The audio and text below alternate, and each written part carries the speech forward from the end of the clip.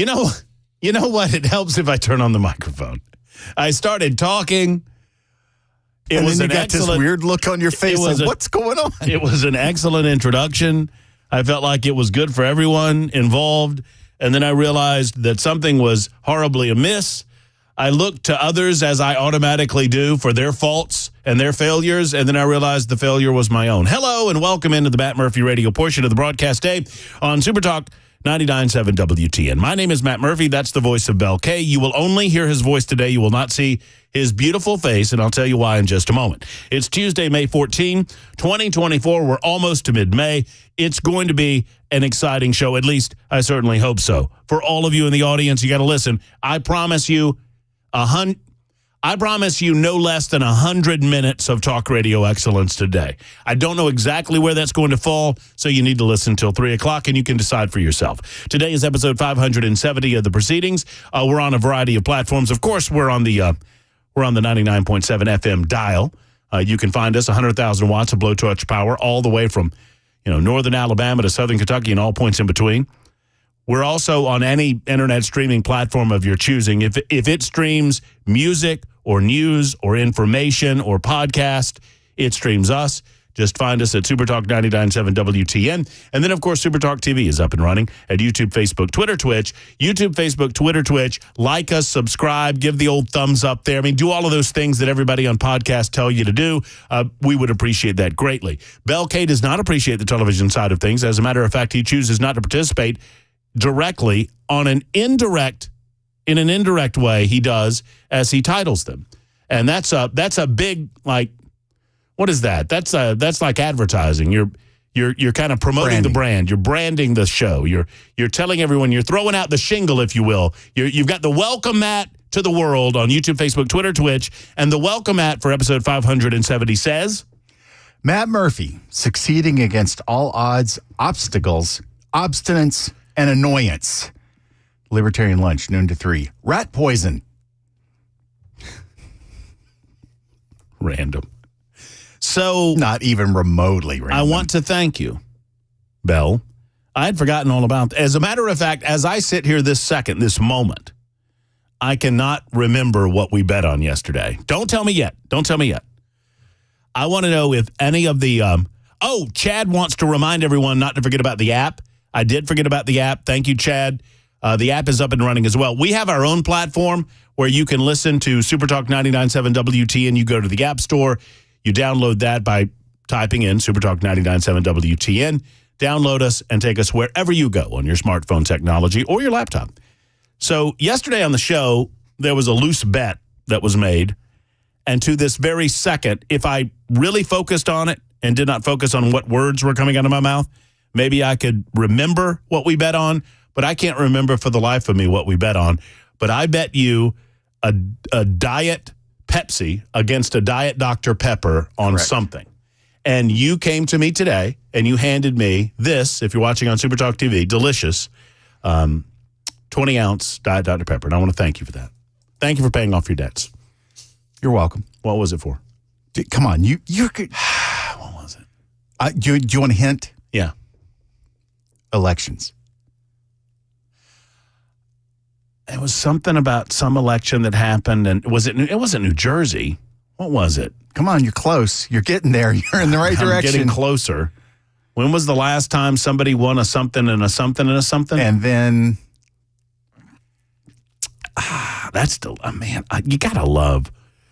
You ever sip one of these Dr. Peppers? And I mean, Dr. Pepper has become such a flavor unto itself. Have you ever realized what a game changer this was when it came out? I mean, that it's got that cherry, fizzy, weirdy type of flavor going on. See, I grew up in a world of Dr. Pepper, so I've always it's just been an alternative to Coke and Pepsi. Not to disparage. Okay, it worked. I was biding time until somebody on the membership. That's exactly what I thought you were doing. Gary Hart. Yes. Who was the woman sitting on Gary Hart's lap in the famous business, picture? Gary Hart. No, you thought it was Dukakis. Remember? Yeah, I thought it was. Michael Dukakis, and you said it was Gary Hart, and it turned out to be Donna Rice sitting on Gary Hart's lap. There you go. And the boat was called The monkey business. That was on his T-shirt. That's nice. But anyway, back to the Dr. Pepper. I'm not to disparage the good name of Dr. Pepper as I sit here and hold one in my formerly nicotine-stained fingers, as the great one used to say. Have you had Cheerwine? I love Cheerwine. Cheerwine's. It's so amazing. It is. Dr. Pepper, I feel like, is more mass consumable because it is less. It doesn't have so much of the cherry flavor. Yeah. But for me, Cheerwine is a superior beverage in every way. And when they came out with Diet, there's a Diet Cheerwine. Diet Cheerwine is, I think, superior to Cheerwine, and it's one of the few diet drinks, in my opinion, that does not taste like a diet drink. So good. Have you tried it with a little bourbon in it? I'm sure I have at some point. And, well, actually, that's a lie. I have never tried anything with a little bourbon in it. I've probably tried it with a lot of bourbon in it. That's very good. All right, let's get things lumbering under our own weight. We've got Trump defense cross-examination coming for Michael Cohen. This is a big time. This is a big moment as the trial of Donald Trump, the inexplicable, unexplainable trial of Donald Trump continues. I continue to offer anyone in this listening audience a fresh, clean, big-headed Benjamin if you can tell me what Donald Trump is being accused of that amounts to a felony. Okay? Any of you leftists in the listening audience that want to donate a $100 bill to your favorite leftist cause, you need to tell me the specific charges, the underlying crime that Donald Trump is accused of committing that would rise these paper-pushing misdemeanors to the level of a felony. These misdemeanors that had already expired the statute of limitations. These misdemeanors that Donald Trump has no direct link to begin with. These misdemeanors that were called legal expenses because that was on the drop-down menu. You know what's not on the drop-down menu? Cover up having sex with a porn actress. That was not on there. And so they used legal expenses on the drop-down menu to catalog what they were paying the money for. But that doesn't get us to where we are today. And I want to constantly remind the listening audience of this. If you view this microscopically, it's easy to get lost. But if you come out from 50,000 feet or 100,000 feet and you recognize what's going on, it ought to frighten the hell out of you. And it has nothing to do with political affiliation. It has everything to do with the United States of America being a country where we can depend on the voters deciding who will lead us. And sadly, the Democrats have decided to set that aside. They don't have a candidate they believe in. They don't have a candidate that can find his butt with a flashlight and a compass. And so instead, they don't have COVID-19 to lean on. He can't run from the basement as he did in 2020. He's far worse off today than he was in 2020. They can't turn to the vice presidential candidate. She's even worse and doesn't have her age and infirmity and dementia to fall back on as an excuse. I'm speaking. Oh, pardon me. I'm speaking. Okay? Watch out. She'll cuss. Woo! Man. Sound like she was talking to Willie Brown for a minute there. I just made Bell spit up. I'm proud of myself. I wish you could have seen that on Super Talk TV, but he's headless. Well, and I can't spit on the board. I mean, she was. Can you find that? I think Manda's had it this morning, Nashville's Morning News. I didn't pull it. I'll dig it up. She tossed around an F-bomb to this group of individuals that she was speaking to. She's edgy, man. She's edgy. I'm telling you what, boy. She's showing out, right? Throwing the F-bomb around. Donald Trump's about to say, hold my beer, with regard to all of that, because Donald Trump will throw the S-bomb around and the BS bomb around and any other bomb around he wants to. Well, that's the thing that kills me is if he does that, that's not presidential. Yeah, that's not how a president. What does she do? Gets destroyed. And listen to that. She's very emphatic. She's convicted. Look how, but she apologized right after, so it's okay. From 100,000 feet, and once again, I don't wish to belabor it, but with Michael Cohen being cross-examined this afternoon, I expect that we'll have some conversation about it. The expectation is that the Trump team is going to go after him hammer and tongs. I mean, they have to discredit him.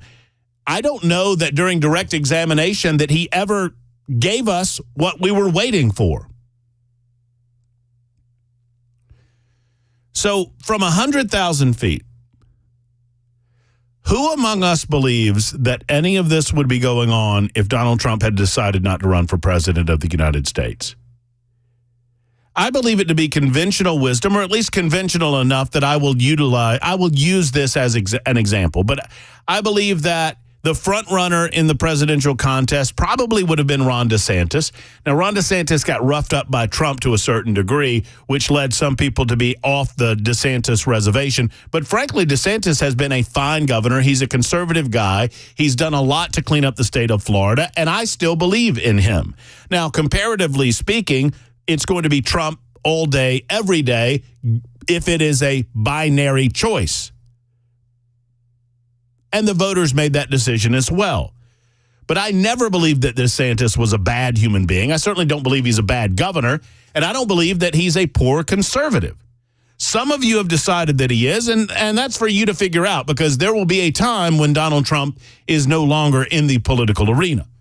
But we'll figure that out when the time comes. But work with me here, regardless of your feelings of Ron DeSantis. Let's say that Donald Trump is not running for president of the United States in 2024. He said, you know what, I've had enough of this. Screw this. These people, they come after me. They come after my family. I'm just going to go quietly into that good night. I don't care about this country enough to offer myself up for public service a second time around. And so, see you guys later. I'll be at Mar-a-Lago.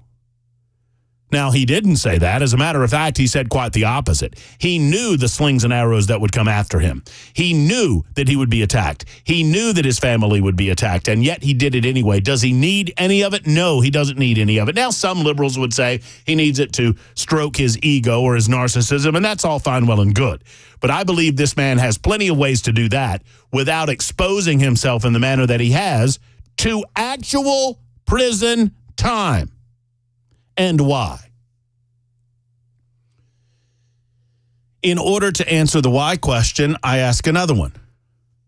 Do you believe for a moment, do you believe that Donald Trump would have any of these prosecutions going on against him were he not running for president of the United States? I'll wait. 615-737-9986. I won't even argue with you. If you believe that these prosecutions would be going on, tell me which ones would be going on and tell me why you believe that. For most of us, you recognize the obvious answer. The answer is so obvious, it's almost a rhetorical question. Of course they wouldn't be going on. Would the National Archives lean on the Department of Justice to help them get back what they consider to be classified documents from Mar-a-Lago? Probably. What would they do with that? The same thing they did with Mike Pence and Joe Biden? Nothing. Were Donald Trump not running for president of the United States? But he is. Would Donald Trump be prosecuted in the state of Georgia over state election fraud charges, with Fani Willis running for and securing the office of district attorney on the promise and premise that she will, quote, get Trump? Would Donald Trump and other, quote, co-conspirators be on trial for the unmitigated gall and the criminal activity of suggesting that maybe the votes weren't counted properly in the state of Georgia, something that we very well know is true?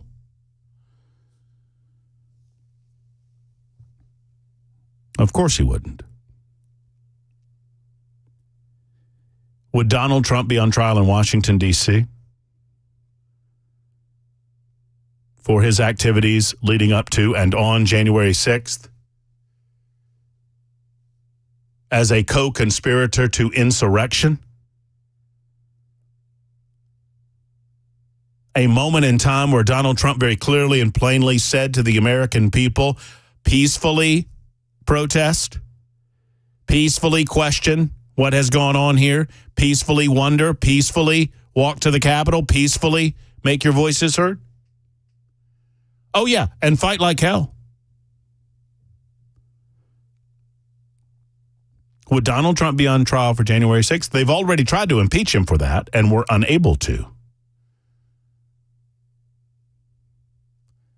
And then New York, where a district attorney made a decision not to go after Donald Trump after the feds decided, the Federal Election Commission decided, and the Biden Department of Justice made the decision not to go after Donald Trump on any sort of federal election charges.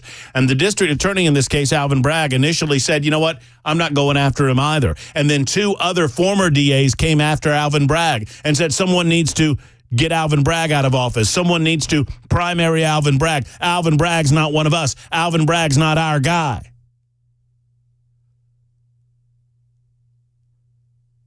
And Alvin Bragg suddenly changed his tune on the issue of whether or not he would prosecute Donald Trump. And he cobbled together this mishmash of legal concepts that makes no sense to any reasonable or sensible human being that I've spoken with, and I am trying to speak with a person that can actually tell me the answer to these questions. What is Donald Trump being charged with? Where is the felony? Well, Matt, he's being charged with 34 different... Shut up. Shut your mouth. The 34 charges that have been listed in the indictment are misdemeanor charges that have already expired their statute of limitations. And there's no factual evidence that has been presented that directly links Donald Trump with any of those filings. They're claiming that he misfiled payments that were made from his organization to his lawyer, legal expenses, then to Stormy Daniels. Actually, it was a recompense, or he was reimbursing Michael Cohen. Those are misdemeanors. Those are paperwork violations that carry a fine. In order to charge him with a felony in state court that has not run the statute of limitations, you have to prove in court that he did that in order to cover up an underlying crime. Running for president is not a crime. Wanting a porn star not to talk publicly about whatever might have happened between you and said porn star in 2006 is not a crime. Just ask Paula Jones. Just ask Jennifer Flowers whether or not those are crimes. Ask Bill Clinton, for that matter. Ask John Edwards. Hell, ask Gary Hart.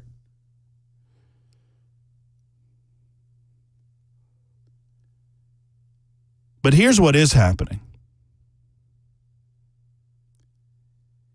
We have a presidential contest. It's May 14th, that May to June, July, August, September, October, in 6 months, in less than a year. The future of our country will be, or at least the immediate future of our country will be decided by the American voters. We pray God that that's how it's decided.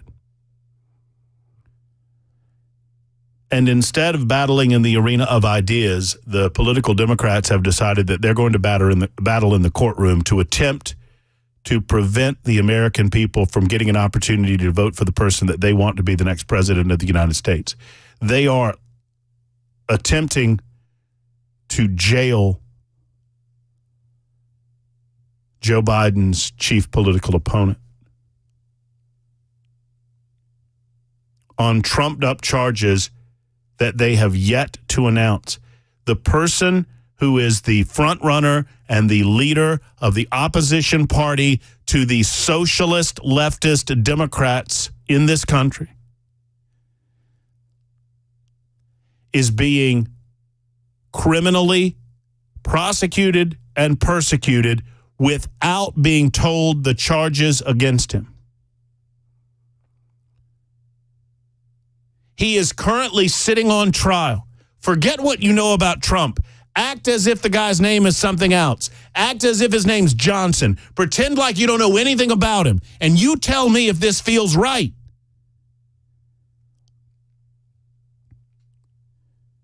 The president of this country and his Department of Justice is leading several criminal prosecutions.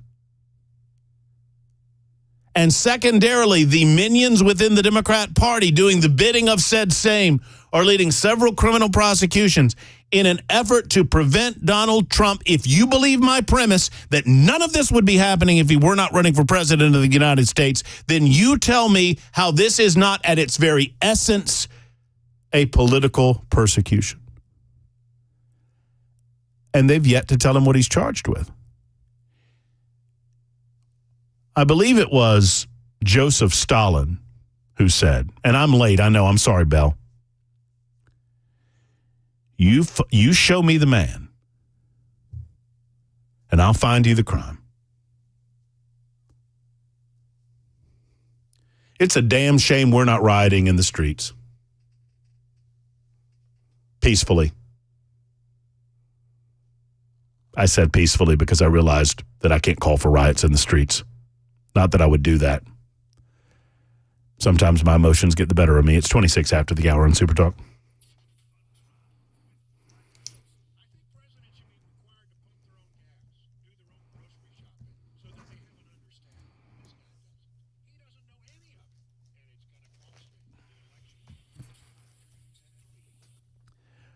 Hey, friends, the Matt Murphy radio show heartily endorses the Tennessee Men's Clinic, and I understand that these are sensitive topics. I understand that sometimes you fellas don't want to talk about some of the things going on in your personal life, and I get it too. I understand that, and I fully am aware of the nature of what we're talking about here. But I'm also aware of this, that half the men in the listening audience will experience some form of low T at some point in their lives, and that can lead to you feeling sluggish, run down, and yes, that can lead to you not wanting to engage in activity in the bedroom.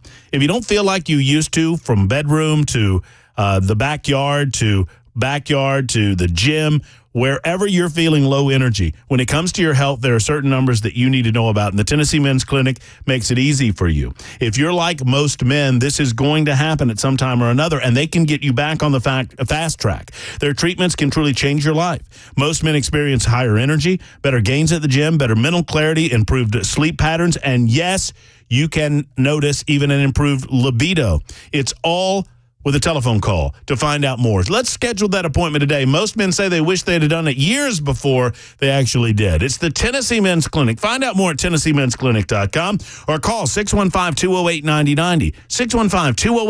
615-208-9090 for our friends at the Tennessee Men's Clinic.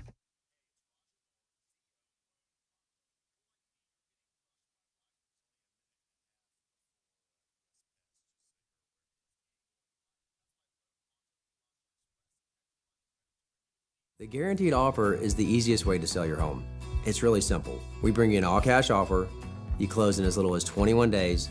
No home inspections, no lock boxes, no open houses. Go to markspain.com to get a guaranteed offer and start packing.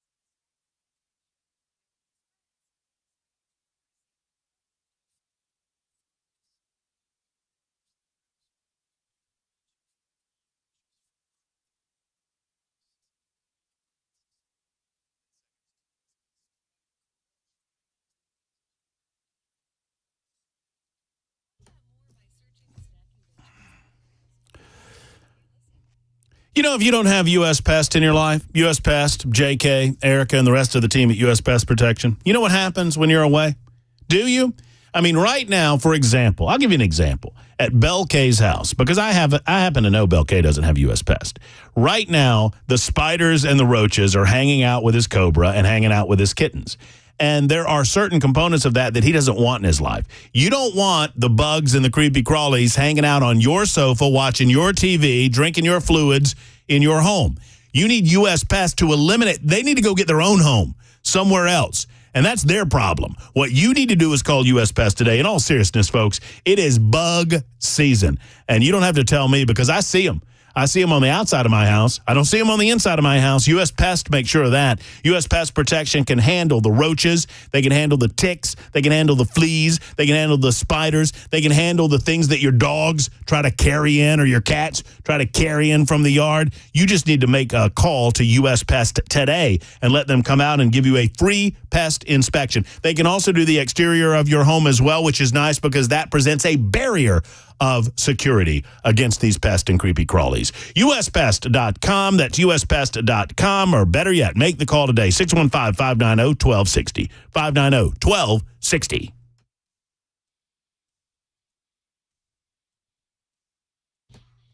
Got a mental image right now of the two cats hanging out with the roaches at your place.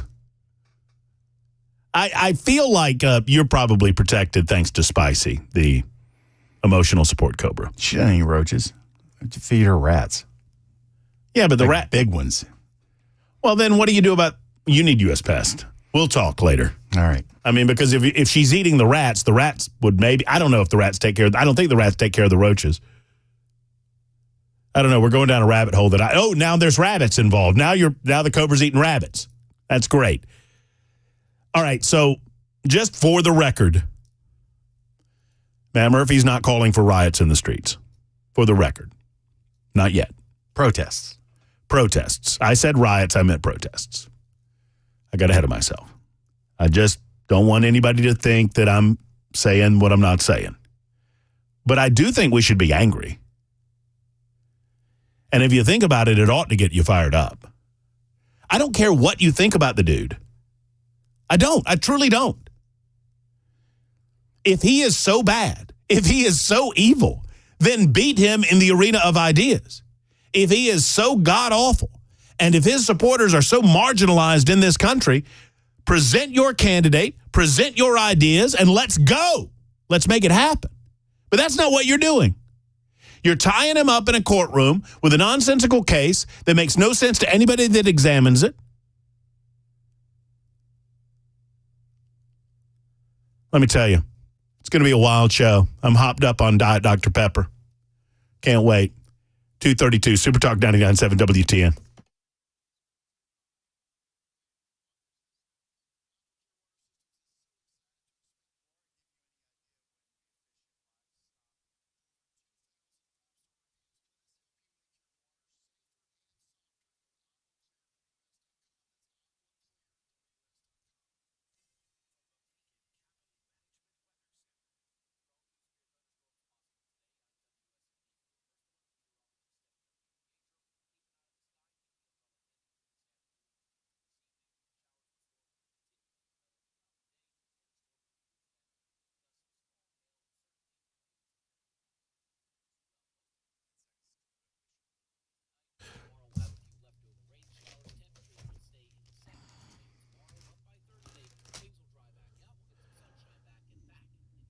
Maybe you need a second opinion. Perhaps someone has told you that your heater or your air conditioner system, and in this season it would be an air conditioner, has gone out and it's time to replace that thing. Well, Efficient Heating and Cooling is that company. You know, Jeff Eddy wants to be your first opinion, but if need be, he will be that second opinion. The best way to head off costly repairs, by the way, breakdowns or even more expensive early replacement, is to get your maintenance done.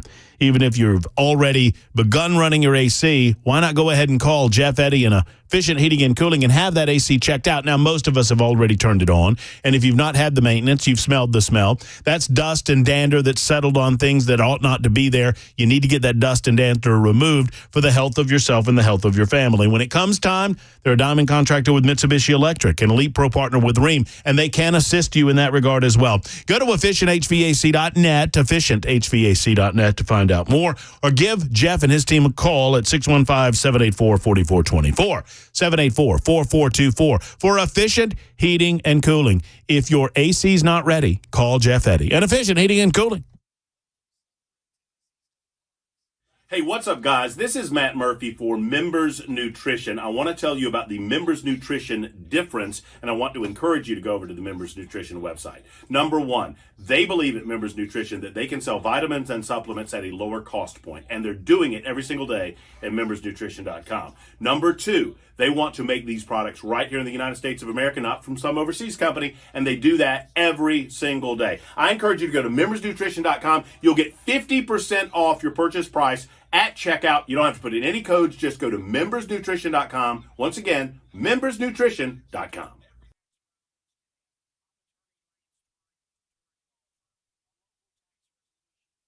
Hey, it's Dan Mandis, and I am so glad that California Closets has fixed my closet catastrophe. After exact measuring and planning, they came over and got to work.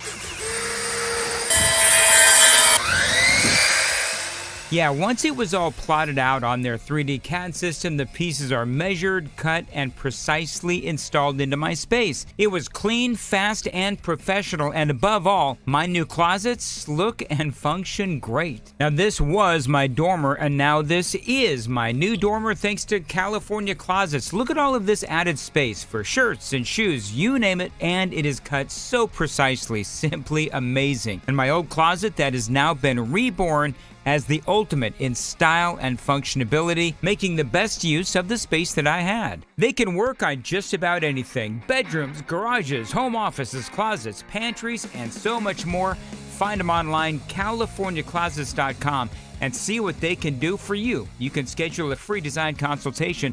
Mention my name, CaliforniaClosets.com.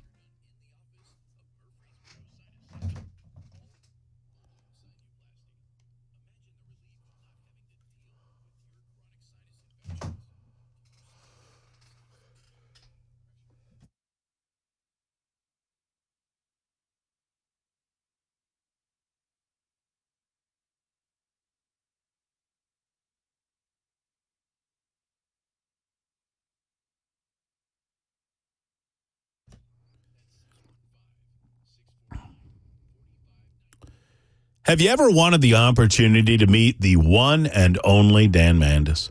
What about Chris Hand, the newest addition? I mean, he's been here for a while now, but the newest addition to the Super Talk family. Now, I don't suppose you want to meet me, but I'll be there too at the 4th annual open house at the Glock store. Mark your calendars, June 1st, Saturday, starting at 10 a.m. All three of us will be there, and we'll be joined by hundreds, and I hope thousands, of our good friends who believe in the Second Amendment to the Constitution of the United States and believe in the best in the business, the Glock store. I can't believe that you've never been. But if you've never been, it's a great time to go because raffle, prizes, including the big one, a custom Glock valued at $1,700 will be given away at the end of the afternoon. Thank you to the wonderful Glock store. Plus, you can tour the Shoot 270 rooms and see the difference between training at the Glock store and training at some of the other places. And you'll see the beautiful bright showroom, the retail spaces. I train there, Hand trains there, Mandis trains there. I want you to train there as well. I want you to buy from the Glock store and come by and see us. The open house is happening on June 1st, starting at 10 a.m. Airlane Drive, just off of Elm Hill Pike. Go to Glockstore.com for more information. You can also go over to Shoot270.com. But for information on the open house, it's Glockstore.com. That's Glockstore.com.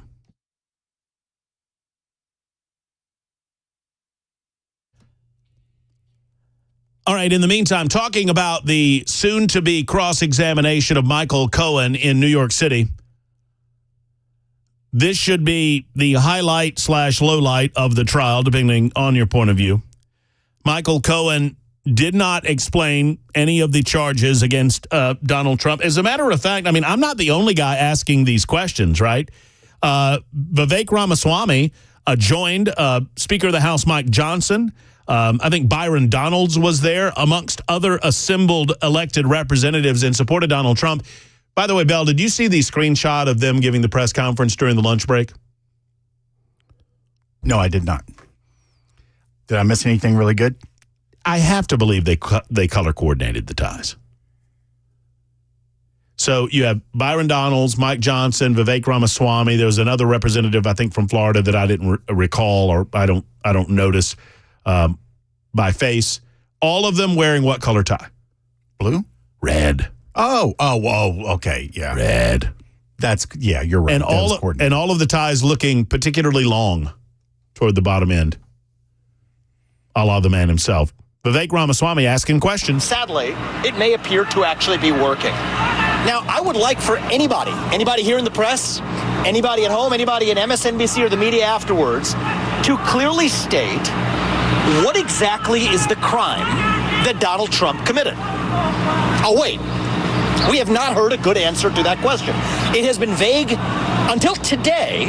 You heard Michael Cohen's testimony, after which I would say it is less clear than ever what that crime actually was. They'll say falsifying business records. Well, let's look at who did we learn falsified business records today? Get what, hour, 2 hours, felt like it could have been 7 hours of Michael Cohen talking about how he falsified business records.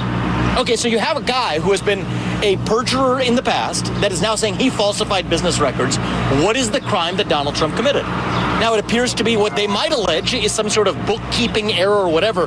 The real bookkeeping that we need accounting of is Judge Merchan's own family member collecting millions of dollars as a Democratic operative, using the existence of this trial as a fundraising ploy for Democrats. This is unconscionable. Imagine if the same shoe fit the other foot. Imagine if the same shoe hit the other foot there. That's a turn of phrase that I don't think I've ever heard, Vivek, but it's a pretty good one. Imagine if the shoe fit the other foot. Just imagine. You have to laugh to keep from crying. By the way, the prosecution has just announced, without clearly defining the crime presented, without clearly defining the underlying crime that Donald Trump's being accused of, the prosecution is now saying that Michael Cohen will be its final witness. I'm going to predict something that may end up biting me on the tush, but that's fine. I've been bitten on the tush before. Did not need that visual. Well, I have. I have a very nice tush. Eminently biteable. I just want Erica to get you under control. That's all I want. She says that's your job. So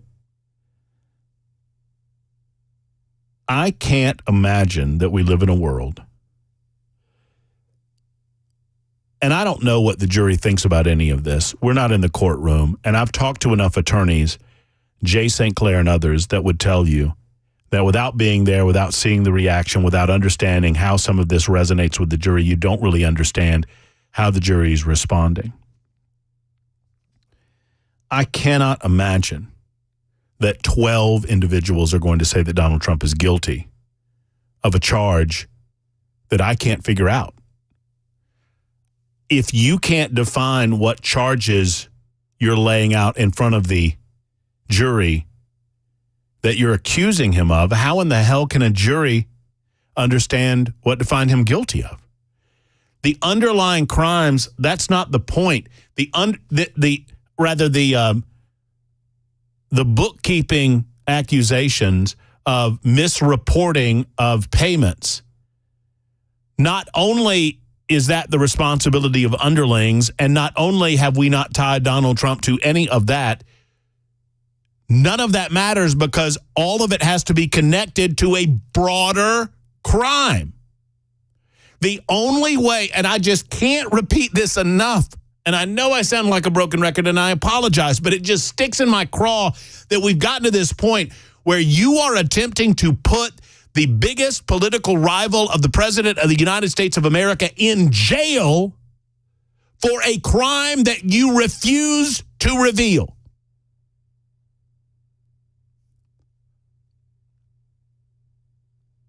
I can't imagine we live in a world where 12 individuals will just find him guilty. I can't believe that we live in a world where this is not a hung jury. If this is it, this is the prosecution's case. Hey, Michael Cohen admits what he's already admitted. He admits that he paid money to Stormy Daniels. We know that. That's not illegal. He admits that somewhere along the way it was classified as legal expenses, which we've already established that might be a misdemeanor under New York law, but that is a finable offense. It's not a jailable offense. And in order to overcome the statute of limitations in that case, you have to tie it to a broader crime to make it a felony. Donald Trump faces, if convicted on every charge and if given by this ridiculously biased judge the max in every case, he faces 100 years in jail. For what? For what? For what?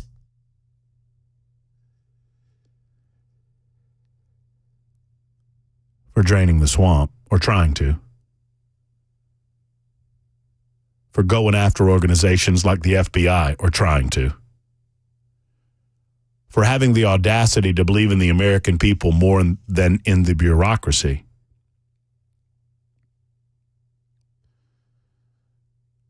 I cannot believe that we live in a country where 12 people would find him guilty.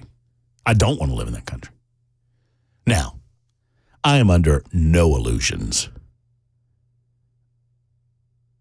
And I don't believe for a second that Donald Trump will be found not guilty. I can hope, and the flimsy nature of this case gives me hope, that even in the biased Manhattan courtroom, even with the bias of the jury, natural to the environment in which this is set,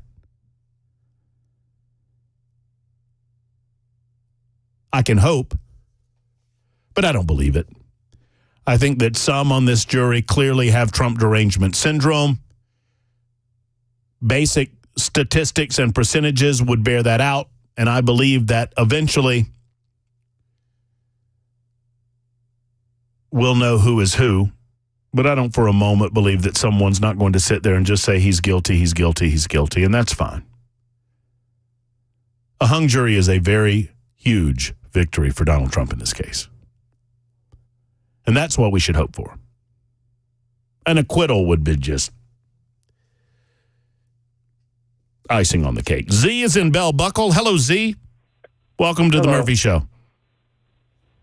It wasn't Joseph Stalin that said that, show me a man and I'll show you a crime. It was the chief of the secret police under Joseph Stalin that said that. And then it wasn't Stalin himself. His name slips my tongue right now. I forget who he is, but it wasn't Stalin. But anyways, you were discussing the fact that if somebody could explain some of these crimes to you, you would give them fair time. And I'm willing to discuss the case as it relates to the documents and what the crime is. Oh, wait, I'm sorry. I was looking up the name of the individual while you were talking, Z, and I missed that last part. I'm sorry. I lost my mind for a bit. You were discussing that you would give people, the thrust of your discussion was you would give people equal time if they could explain what the crime was. Yeah. Okay. Donald Trump, I'm a vet, and the documents case is very near and dear to me, being a vet. They are top secret documents that Donald Trump, whether mistakenly or purposely, took to his residence in Mar-a-Lago. These were top secret. The FBI and I forget the other agency, requested them back. He did not give them back. Now, Hillary Clinton and Joe Biden supposedly gave them back immediately. They went around as it relates to these documents. Hillary Clinton destroyed them. See, come on, man. Hillary Clinton destroyed her server. That's factual. That's beyond dispute. She destroyed her server. She literally cleaned it, and she had staff members who physically destroyed cell phone technology to prevent having to turn over that information to the feds. But I don't want to get stuck on that, but I just wanted to point it out. And Donald Trump, when requested After you said you'd give me equal time. Well, but let me just point something out, and then I'll get out of the way. I'll get out of the way and let you talk. Okay? You're talking about a different case. I'm referring to the New York case. None of this has anything to do with the New York case. I was referring to the case that he's currently on trial for, the criminal case that is currently ongoing in Manhattan. I defy you to tell me the crime that he's being accused of committed. Okay. Donald Trump took a business expense and said it was a prostitute. He had sex with a porn star and said it was a business expense. No, he didn't. No, he said it was illegal. He said it was a legal expense. He said it was an expense. He took it, and having sex with a woman and claiming it as a business expense. That's not what happened. That's not what any of that. That's not what happened to you. He hold on. Sex with Stormy. Okay, sure. He denies that, but let's state that as fact. You said you would give me equal time. I'm trying to, but I can't. What I can't do is you're misstating the case, and I'm just trying to correct you. But I'll get out of the way, Z. Go ahead. Okay. He said he had sex with. There's an accusation of sex with Stormy Daniels. You get a third party involved to pay him off, so that it will not go to the public before the election. That's not legal. It's not a business. Wait. Wait. What's not legal? Are you saying, Z? I just want to make sure I'm hearing you correctly. I'm not trying to interrupt you. You're saying that paying someone off to not speak about something is before an election is illegal? No, I'm saying taking sex as a business expense is not legal in any business. Nobody paid anybody. I don't know. Nobody paid anybody for sex. Z. He paid $130,000. He paid He didn't pay $130,000 for sex. Stormy Daniels never said that he paid $130,000 for sex. He paid $130,000. Well, Z, I mean, can I help you? I mean, if you'll listen, I think I can help you. I can help you with the argument. I'm trying to help you. You want to listen? Okay, go ahead and make your case. No, I'm not making my case. I'm trying to make your case. He paid for silence, not for sex, for silence. That's not a business expense. It was a legal expense. That's not a business. Silence. All right, you keep saying business expense, and I'm trying to correct you so that the next time maybe you make more sense. They cataloged it as a legal expense, not a business expense, a legal expense. And that matters. Under the premise they had sex, they wanted to keep it quiet. I mean, that you can't. That's not a business expense. You keep saying business expense. I want you to say these two words for me, Z. Legal expense. It's not a legal expense. Dude, it was cataloged as a... Z, you can't make up facts. Literally, the drop-down bar where they cataloged the 34 separate line items says legal expense. It's not. You can't do that. It's like, okay, Donald Trump is now in trouble for $100 million that he took a double deduction. You can't do that in business. You can't double dip a single expense. You can't recategorize an expense and say it's a legal expense when it's a sexual pleasure. Right. So he's not being charged with that, Z. Not yet. No. Listen. Okay, I'm gonna put Z on hold because I made a commitment to listen to the arguments for people who want to make the argument. So Z, I'm putting you on hold. I'm not hanging up on you. I'm going to give you one more shot at this to tell me what the underlying crime is that brought this case to trial. It's not the 34 charges of misreporting or miscataloging those expenses. That's not what the charge is. There has to be an underlying crime. 1234 Super Talk 99.7 WTN.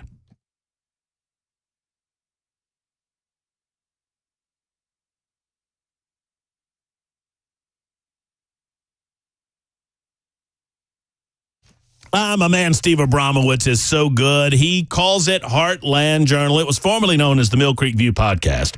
Now they have changed their name to Heartland Journal, and I think it fits, baby, because they are a part of our heartland here in the state of Tennessee. They're a part of the heartland of the United States of America. Yes, he's a conservative. Yes, he's an advocate. And yes, he's really good at what he does with his podcast. He has cultural touchstones, authors, entertainment figures, sports figures, and yes, political figures, including yours truly on a monthly basis. You can find him on iTunes, iHeart, Spotify, and all of your favorite podcast apps. Just look up Heartland Journal or go to heartlandjournal.com. That's heartlandjournal.com. They have some great articles there. I make it a point to go over there on a daily basis to see what's going on in Steve's world. He is the CEO and editor-in-chief of the Heartland Journal newspaper. Online, Heartland Journal is online, and you can find them right there on your website. Go to see Steve. You'll be happy that you did. Check the podcast out. You'll be happy that you did. They're frequently the number one show on politics on Podomatic, and I think you'll find them exciting and entertaining. It's Heartland Journal. Check them out today and tell them I sent you.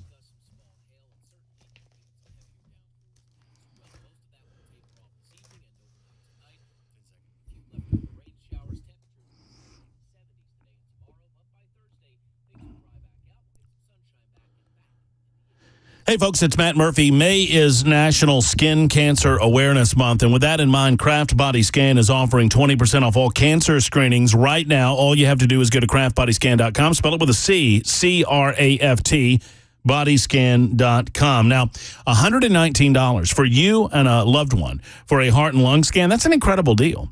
Normally, these scans cost roughly $1,300, but for you, to introduce you to Craft Body Scan, they're asking you to pay just $119 for the month of May, and you can bring a loved one along with you. It is 96% off the regular price. Visit craftbodyscan.com and call 615-436-1000 to schedule your scan today. Now, you've heard me talking about this. I've gotten these scans. I'm a little bit of a hypochondriac. I worry about things going on inside of the body, underneath the hood, if you will. Well, now you can find out what's happening before you feel symptomatic. It's a nice peace of mind to have. Lay down comfortably tonight knowing you're A-OK. Thank you to Craft Body Scan. So any cancers in your family's history, you need to make sure that you are cancer-free.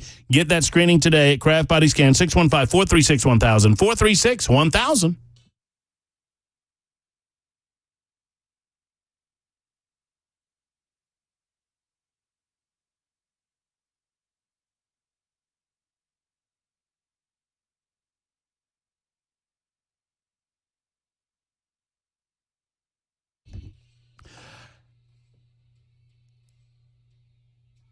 All right, coming up in about an hour or so, we welcome Jason Whitlock to the show.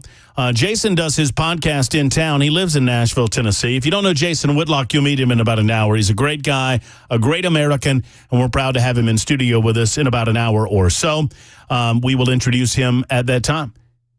Good fella, and he's coming over right directly from his podcast, Fearless, and he'll be on the Matt Murphy Show to talk about, in addition to other things, an event that's coming up very soon right here in Nashville, Tennessee that he wants everyone to know about. 615-737-9986, 615-737-WWTN. Glad to have you with us on this a Tuesday edition of the Murphy Show, anticipating the cross-examination of Michael Cohen. Not that we can see that. I only wish that this trial was televised to the American public so they could see the dog and pony show that it is.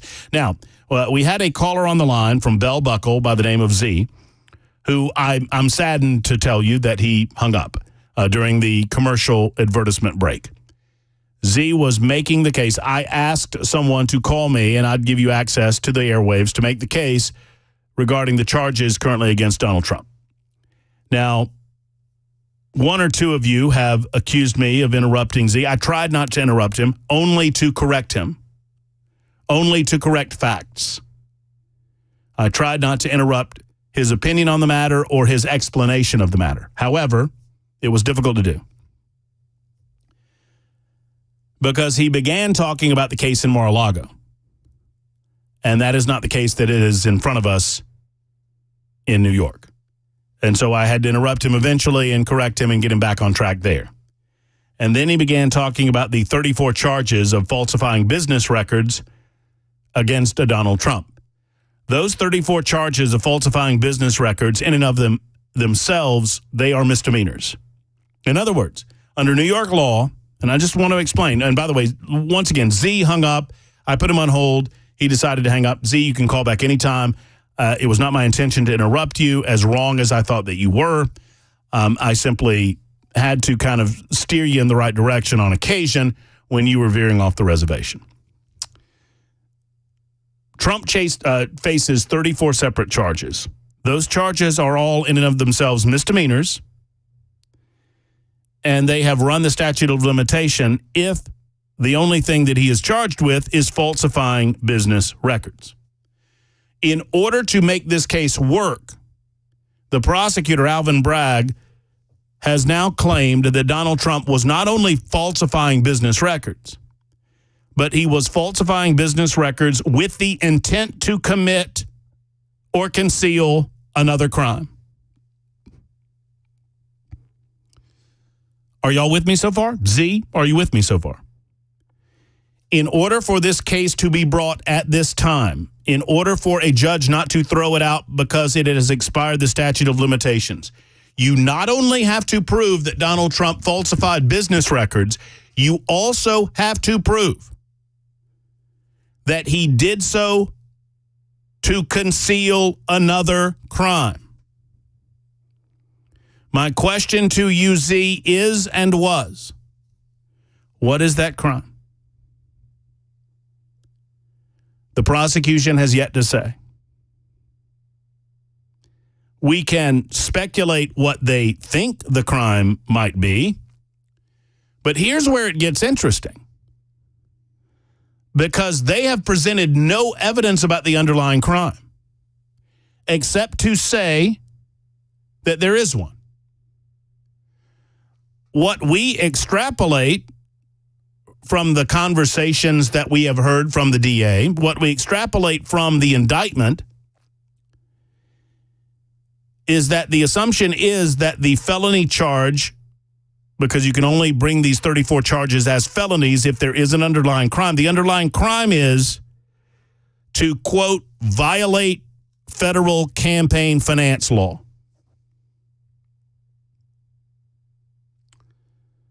What federal campaign finance law would that be? Because the feds, in the form of the FEC and the Department of Justice, looked at this case and they determined that there was no violation of campaign finance law. The feds determined that there was no illegal influence in the 2016 presidential election. Are y'all following this so far? I hope so. So the federal government looked at what the district attorney of New York claims is the underlying crime, and they saw no crime. The district attorney has made no effort whatsoever in attempting to prove that there was, only that he says that there was. And yet Z calls this radio show and attempts to defend this by talking about Mar-a-Lago.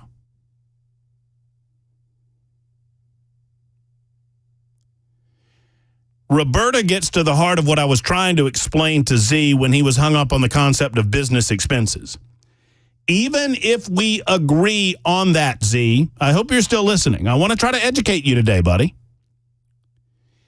Even if we agree that Donald Trump was guilty of falsifying business records, none of that matters because all of those are misdemeanors. Finable offenses, but you can't do anything with them because they've all run the statute of limitations unless you prove that he was doing so specifically to conceal another crime. And in order to do that, you have to tell us what that crime is, Z. And you have to prove that that crime existed. And he's done none of it. None of it. Any judge worth a damn would have thrown this case out immediately. And if I know Donald Trump's legal defense, I would expect that they would ask a judge to throw it out after the prosecution's done presenting its case. And he won't because he's not a fair-minded judge, in my estimation.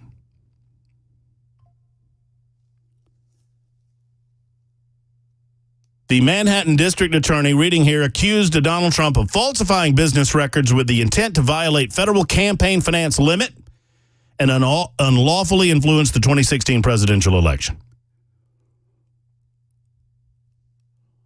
Yet they can't tell us exactly how that was, what specific campaign finance law he violated, nor why the federal government has decided not to bring those charges against him, and how he can possibly bring those charges when we're not in federal court, and those are federal crimes.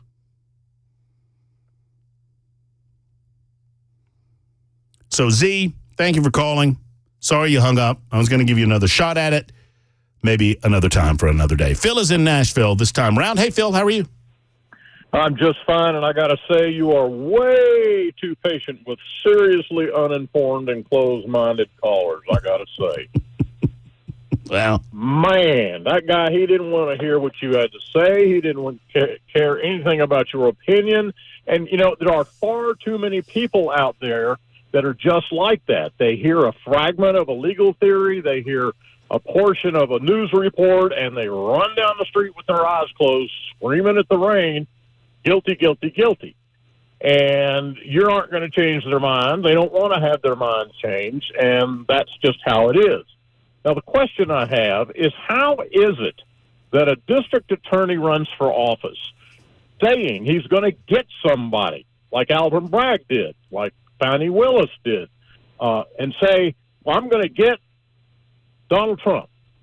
And they're elected, and they proceed to do exactly that. Now, somebody explain to me how that's legal, how it is rational, and where is the judicial regulatory environment? Where is the, I don't know how to express it, where is the supervisory entities for the legal system that allow a person, a district attorney, to persecute a private citizen and manufacture a legal theory just willy-nilly, just absolutely, they can do anything they want. I'm not sure I understand how that is allowed to happen. And it falls on the defendant to pursue an appeal. And, Yana, how is it allowed to get to that point?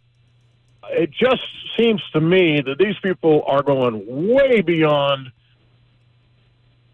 reasonableness and legal propriety and any other theory you want to name. Well, I think what you're referring to is the American Bar Association, right? And they have the rules of professional conduct that you are legally bound to comport with.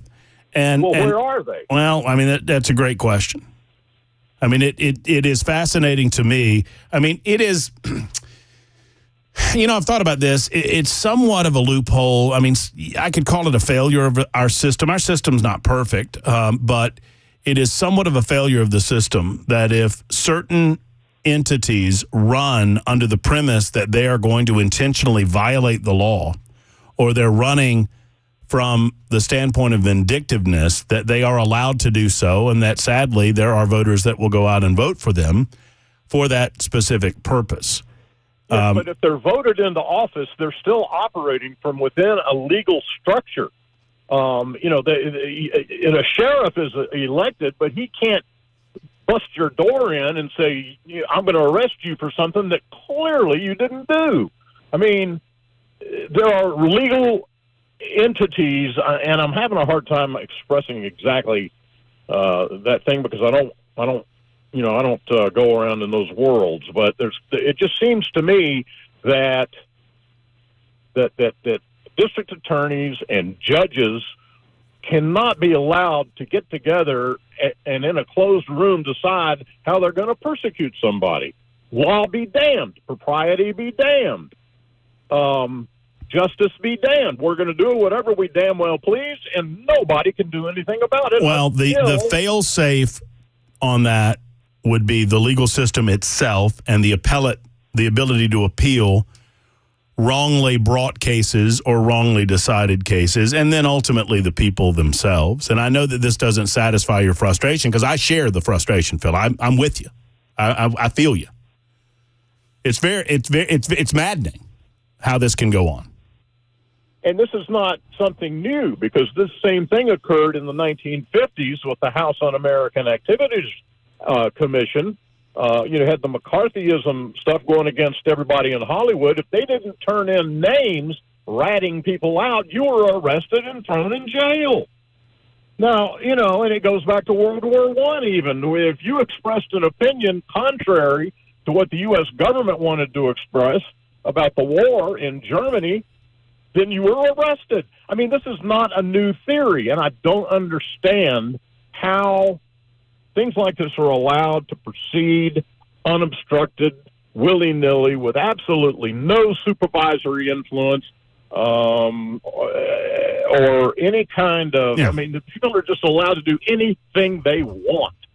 And I just don't understand it. I don't get it. Well, the remedy, and we spoke to this matter, and Phil, thank you. I share your frustration, and I appreciate your call. We spoke to this last Friday during our visit with Jay St. Clair, our legal correspondent, best friend, and life consultant, and gambling buddy. The remedy comes on the back end in the legal system, and it is as frustrating as it comes. If you get a compliant judge that allows his personal bias against a particular, and it's so rare that you would see this, but you have a judge in this case that's making decisions that makes us very suspicious that he's compromised. that he has a clear conflict of interest that he's not admitting to, that's so obvious to the rest of us that it compromises his decision-making in the case, what he allows to happen, what he doesn't allow to happen. Secondarily, you add to that a compromised district attorney that despite a lack of evidence or the flimsy nature of the evidence, they're going to bring the case come hell or high water. But here's the thing. All of this will be remedied on the back end. But that's not, a conviction's not the point. And that's where Phil's frustration comes in. That's where my frustration comes in. They're not concerned about conviction. They're concerned about the political damage that they can do. Now, they would love and they very much need a conviction on the trial end. No way any of this passes scrutiny on appeal. None of it. The very fact that he allowed Stormy Daniels to go off describing the intimate details of the encounter that she claims happened at, what it was, at Lake Tahoe in Nevada. Things that Donald Trump disputes, but none of that matters. We don't have to decide whether or not that dalliance actually occurred. It has nothing to do with the case. None of those facts are in dispute. It's not in dispute that they paid Stormy Daniels money to be quiet. It's not in dispute that they offered her money for a non-disclosure agreement to not discuss the interactions between herself and Donald Trump.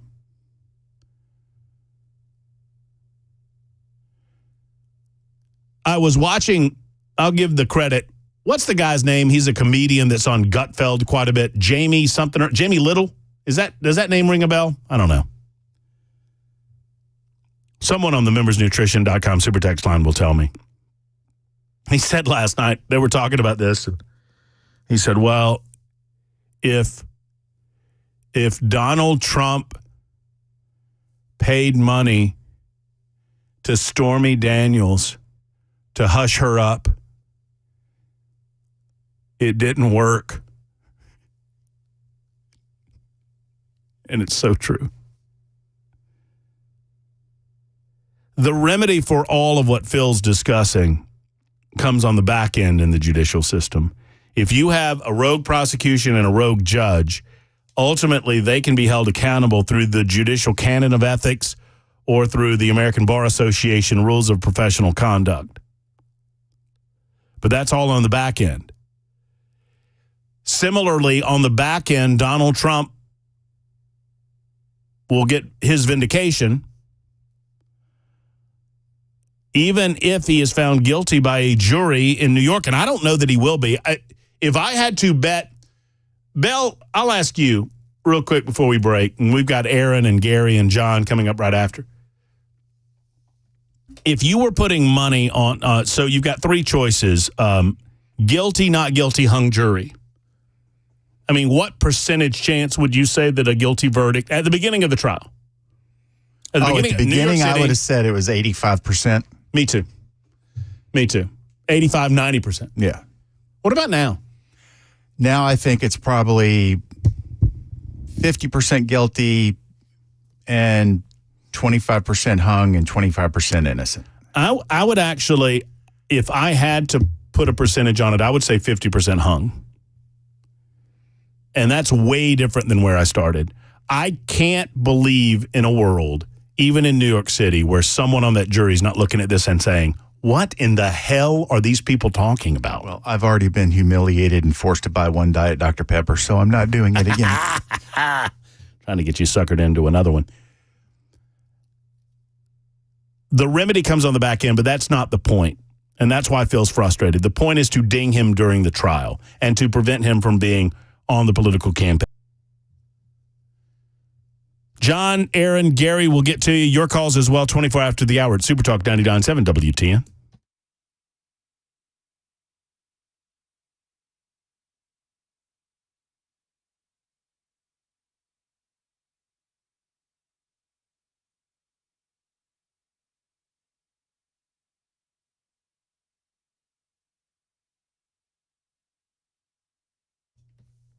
Hey, friends, Matt Murphy here for Dr. Stephen Poss. and the Sleep Apnea and TMJ Solution Center. Since my personal story happened, I love telling it because it's helped me so much gain energy and motivation through a restful night's sleep. Let me relate it to you one more time. I've been telling you about Dr. Paz and his appliance designed to help with your sleep apnea for some time now. Dr. Paz has been utilizing this appliance in 2 locations, Murfreesboro, one of them, Brentwood, the other. 2 locations to serve you. And by the way, all of this is in network with your insurance company like BCBS, Aetna, Cigna, and the rest. So your insurance company takes care of these appliances that provide an alternative to a CPAP. If you are CPAP intolerant and have mild to moderate sleep apnea, please listen up. Because I was you, and I didn't know that I was you. I did not know that I had sleep apnea until I went through a sleep test, and I found out that I did. And I went to Dr. Paz and said, you know how I've been talking about how awesome you are with your appliances? Well, I need one now. And he was so great. We got one, and let me tell you something. I'm sleeping better. I feel more rested. I don't snore at night. Now, I didn't snore that much. I was one of the few people that don't snore very much, but still had a sleep apnea issue. The bottom line is this: your health can be affected by your sleep apnea, and obviously the sleep of your loved one can be affected. Let's get it solved. Let's schedule an appointment today with Dr. Stephen Paz and the Sleep Apnea and TMJ Solution Center. Dr. Paz can be found at drposs.com. That's the easiest way to do it.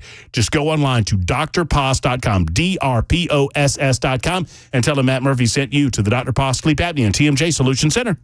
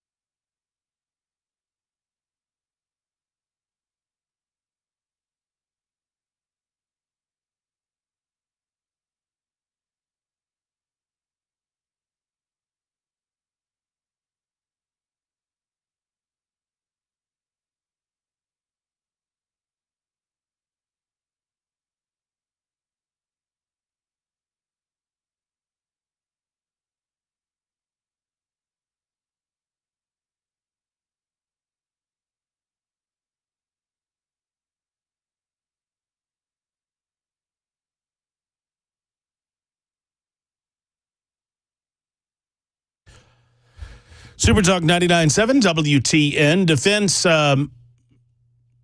The defense is now in the midst of cross-examining Michael Cohen, who is being asked about social media commentary regarding Donald Trump and several of his legal cases right now. That cross-examination expected to go for the better part of the afternoon. We'll catch you up as time allows on any updated or breaking news coming out of that testimony. The prosecution has announced that Michael Cohen will be their last witness. They've yet to demonstrate what exactly the federal crimes are that are being linked to the 34 bookkeeping crimes that Donald Trump's being accused of mishandling. John is next in Lebanon. Hey, John. Glad you called. Hey, buddy. I just want to say that J6 was nothing but Nancy Pelosi's "you all on the right, sit down and shut up" 101. These people, America went wrong in years ago when we thought those people on the left were stupid. They're not stupid. They're simply evil. The Republicans are stupid. They couldn't find their own butts in the halls of Congress. In the halls of Congress, they do nothing. They accomplish nothing. They're spineless. Well, sadly, but January 6th was nothing but 101. You all sit down and shut up. They knew what the plan was all along. They knew they stole the election. They knew they were going to plan on stealing the 24 election. Well, there's only one way to stop them, John, with the truth. That's it, buddy. You know what I mean? Truth and people. I hear about 20% of the conservative people in this country didn't get up off their butts and go vote this past election. Well, if we let that happen again, we're done. Well, I'll say looking forward, John, I've said for a long time, one of the reasons that I don't want to highlight how much Donald Trump is ahead, I don't want anyone to believe that that is the case. The leftists that are willing to lie, cheat, and steal this election away from us, they have yet to begin to fight. Their fight comes in the summertime because they know that they're dealing with people that they need that have short attention spans. Their fight's going to come in July and August and September, and we need to be ready for that fight. And so, you know what? I appreciate all of the polls, and I appreciate Donald Trump's ahead, and I appreciate the American people are waking up to the evil nature of the Democrats. But we have yet to begin on this thing. We've yet to begin on it. Absolutely. The American people are not going to sit down and let them install that clown in the White House again for 4 more years. We are not going to do that. Well, keep fighting the good fight and getting the word out, John, and I'm glad you called. I appreciate you guys. See you. Yes, sir. Take care. Aaron is next in Spring Hill. Aaron, what's happening? Hey, Mark, how are you this afternoon? I'm great, Alan. How are you? It couldn't be better. I'm curious as to why, we've all heard standing on the fifth and blah, blah, blah. Why is nobody bringing up the Sixth Amendment, wherein it gives you the right to face your accusers and know the charges being levied against you, neither of which Trump has had the opportunity to enjoy as a right of a citizen? To your point to Phil, I that's where Phil's frustration is, because that's where mine was. Your point was it comes on the back end. Well, the average, everyday, ordinary citizen were to get tied up in this. Look at all the January 6th, whatever you want to call them, prisoners or violators. They don't have that same wherewithal that Trump does to be able to stand in the gap and fight like this. Well, why are we not pushing the Sixth Amendment? And I'll let you answer. Well, no, and Aaron, the Trump folks did respond in this way, and they filed motions to the trial judge, and they had those motions denied. Where the Sixth Amendment will become far more a player in this case is on appeal, but they don't care about. That's the whole thing. The nature of the trial against Donald Trump is to secure an initial conviction with a tainted jury. They have the weight of the jury on their side, and they know that, and they just have to convince 1 or 2. They don't have to convince all 12, just 1 or 2. What Aaron, the caller, was talking about, and I was picking on him, calling him Alan because he called me Mark. I just pulled it up. I don't have this secured to memory. I have a couple of amendments to the Constitution of the United States Bill of Rights committed to memory, and this is not one of them. But it's in all criminal prosecutions, the accused shall enjoy the right to a speedy and public trial by an impartial jury of the state and district wherein the crime shall have been committed, which district shall have been previously ascertained by law, and here's the key, to be informed of the nature and cause of the accusation, to be confronted with the witnesses against him, and to have compulsory process for obtaining witnesses in his favor, and to have the assistance of counsel for his defense. Key there, to be informed of the nature and cause of the accusation. I would make an argument, if I were Donald Trump's attorneys on appeal, that Judge Merchan in this case did not allow that to happen, and they have not been forthcoming, and hopefully they'll do that when they offer their defense. It's 1:34 on Super Talk 99.7 WTN.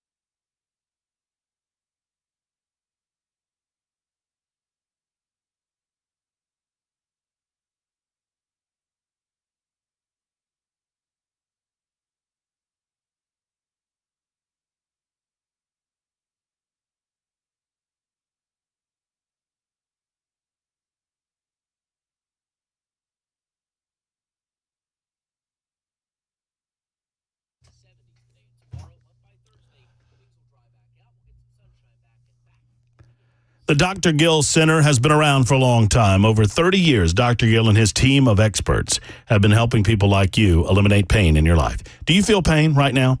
I mean, let's talk. Where do you feel it? Is it in your neck?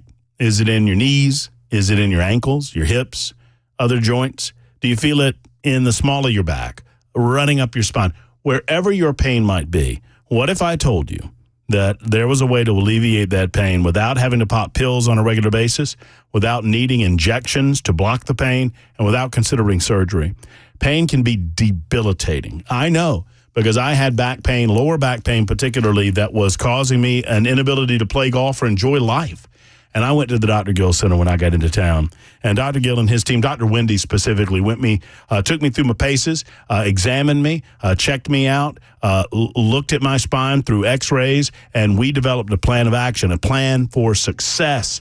And now I'm living a pain-free life. Thank you to the Dr. Gill Center. They can help you too. Call for that appointment today. If you're in pain, you owe it to yourself to make this call to the Dr. Gill Center for Back, Neck, and Chronic Pain Relief. 615-882-4838. 882-4838. The Dr. Gill Center. Don't take a pill. Call Dr. Gill and the Dr. Gill Center.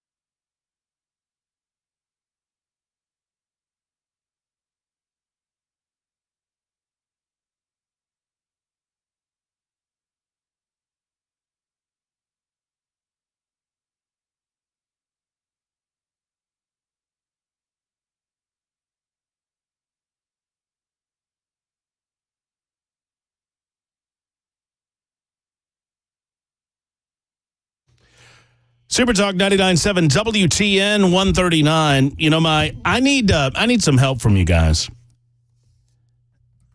I need to name what I'm doing. Bell, you don't appear on the you don't appear on the Super Talk television side of things, YouTube, Facebook, Twitter, Twitch. That's why we call you Headless Bell. I do. Yes. Your hair's longer than mine, though. Oh, by a long shot. By a long shot. And so I lean on you and perhaps the folks of the membersnutrition.com super text line. I also lean on your memories. Do you know when I declared earlier this year that I was not cutting my hair until we have a new president-elect? It was at least early March, if not late February, wasn't it? I don't remember, but can we all agree today on this May 14th, can we just settle on March 1st? I think that's a fair day. I mean, that's probably about as average as you're going to get in terms of I think that's exactly what I thought. And you and I didn't talk about it. I thought it was like late February, early March. So I'm going to settle on March 1st. So from now on, I'm just going to say on March 1st. And we all recognize that it could have been February 29th because it's leap year this year. Could have been March 4th. But I'm just going to say March 1st for the sake of counting, because I'm going to start counting up.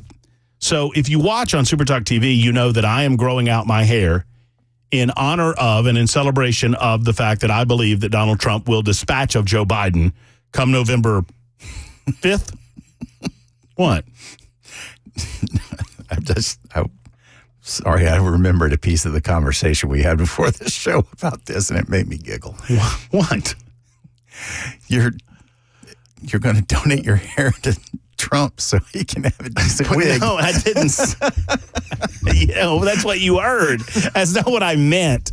I think I did say I was going to donate my hair to Trump. I meant in honor of Trump. Although my hair on Donald Trump, that'd look good, baby. Someone Photoshop that, would you? Murphy's hair on Donald Trump's head. What I need, though, is I can't figure out a good way to what to call this. Is it locks for Trump? You know, like locks of love for Trump? Trump for love, Trump for locks, locks for bagels and locks. Bagels and locks for Donald Trump. So I need to come up with a good way to brand this, because I'm not cutting my hair until we have a new president-elect, and I've announced that, and now I'm starting to get questions about it.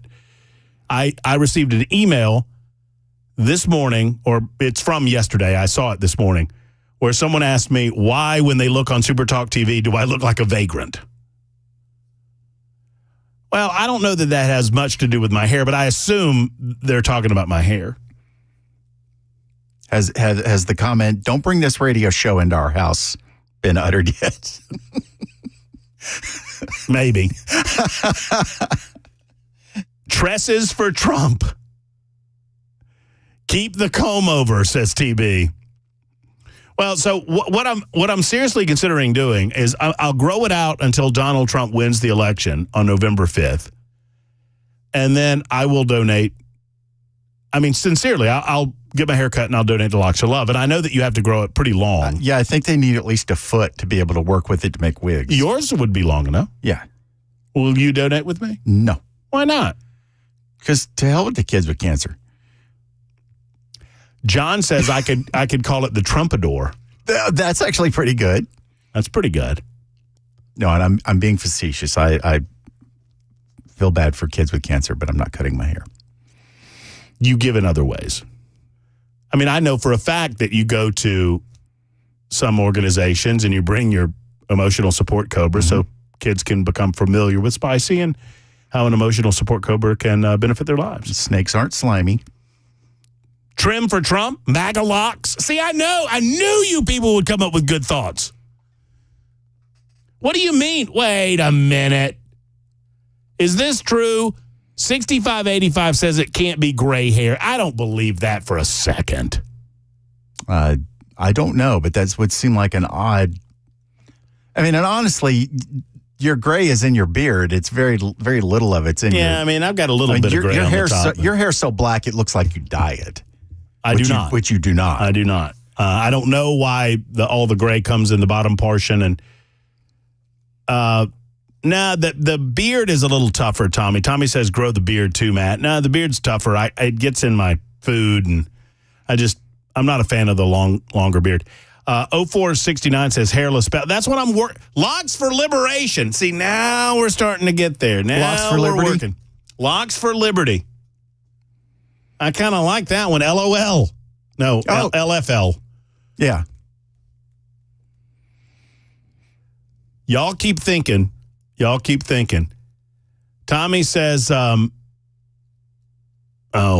being mean. When did you last cut your hair? In January? Yeah, something like that. I don't think I've cut it this year, actually. Hair only grows about a half a foot a year. It's getting up there. Well, we'll figure it out.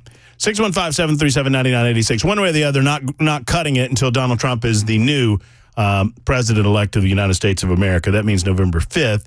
And I'm willing to give to Locks of Love. I'll check it out and see if that's a possibility. Y'all keep thinking of ideas, what we can call this. I kind of like Locks for Liberty, my Locks for Liberty campaign, ongoing, expecting a new president-elect. And I'll give it to Donald Trump if he wants it. I don't know if he can dye it that odd shade of orange that he likes to have his hair, but one way or the other, I'll take the orange man and some cheaper gas and some better security on the border and some better international security any day of the week. MAGA, make America gorgeous again. I kind of like that. MAGA mullet, pompadour. Now we're talking. Pompadour for 24. Y'all are some of the smartest listeners on planet Earth. George is next in Kentucky. Hello, George. Hey, Matt, how you doing, brother? I'm wonderful, friend. I hope you are. Yeah, I listen to you guys every day. Every day I work, I listen morning, noon, and night. So, you know, I really do appreciate the way you guys covered the weather when we were having those twisters coming through. I just wanted to tell you that before I make my statement here. Something I was thinking about. Now, Stormy Daniels has physically made a contract not to disclose that information, correct? Yes, she signed a non-disclosure agreement, which clearly did not stick.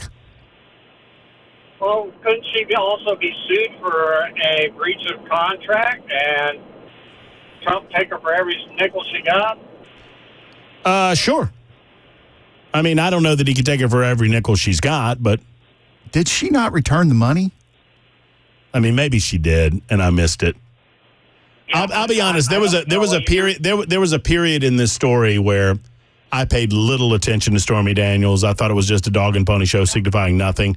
And it was around 2018 when Avenatti was involved in all of this. I had nothing for Michael Avenatti. Thank God he's in jail now, so I don't remember, but that might be the case. Bell's looking that up. I think it was several of our membersnutrition.com super texters are saying, George, that Trump never actually signed the NDA, so the NDA got voided. But I know that she actually owes Donald Trump some money for something or another, and I think that was based on the Avenatti details. But one way or the other, your point stands. She's certainly violating the non-disclosure agreement that she initially agreed to. Right. And like I say, whether Trump signed it or not, his legal team didn't they? That was something that was done between his lawyer and Stormy Daniels, right? I'm just trying to wrap my head around it, you know.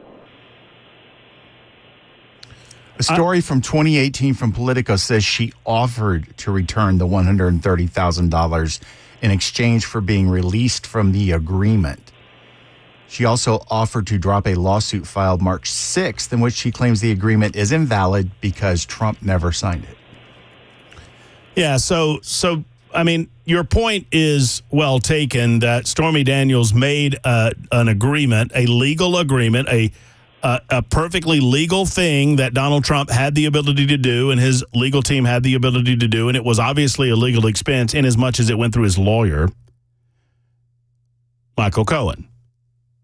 And obviously, she has violated that agreement because if he paid her hush money, as I said earlier, it did not work.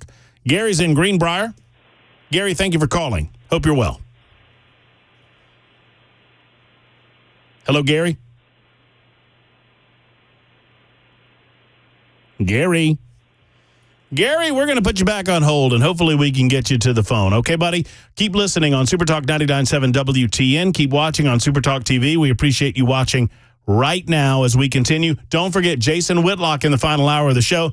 Not going to be here. I'm a little bit concerned. Can we get Mac Morey to help us out, by the way? Because Whitlock's finishing up at about 2. He's coming right over. I have no idea when he's going to be here, so we like to pull the curtain back. We are one big happy family, so he's not going to be here right at 2:05. I know that.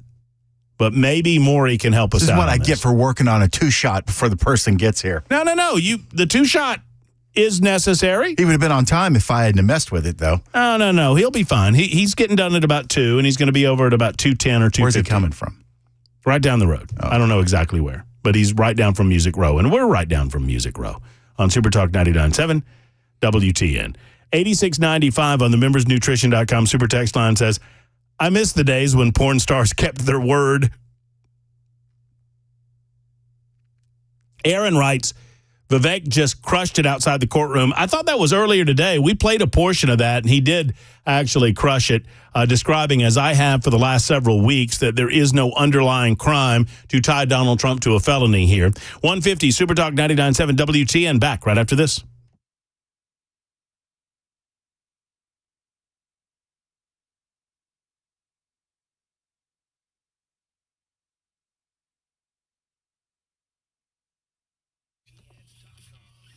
You need peace of mind, and at United Structural Systems, they don't want to sell you something you don't need. They just want to offer you that peace of mind. Right now, a lot of folks are worried about mold, mildew, and the threat of water getting inside of their home.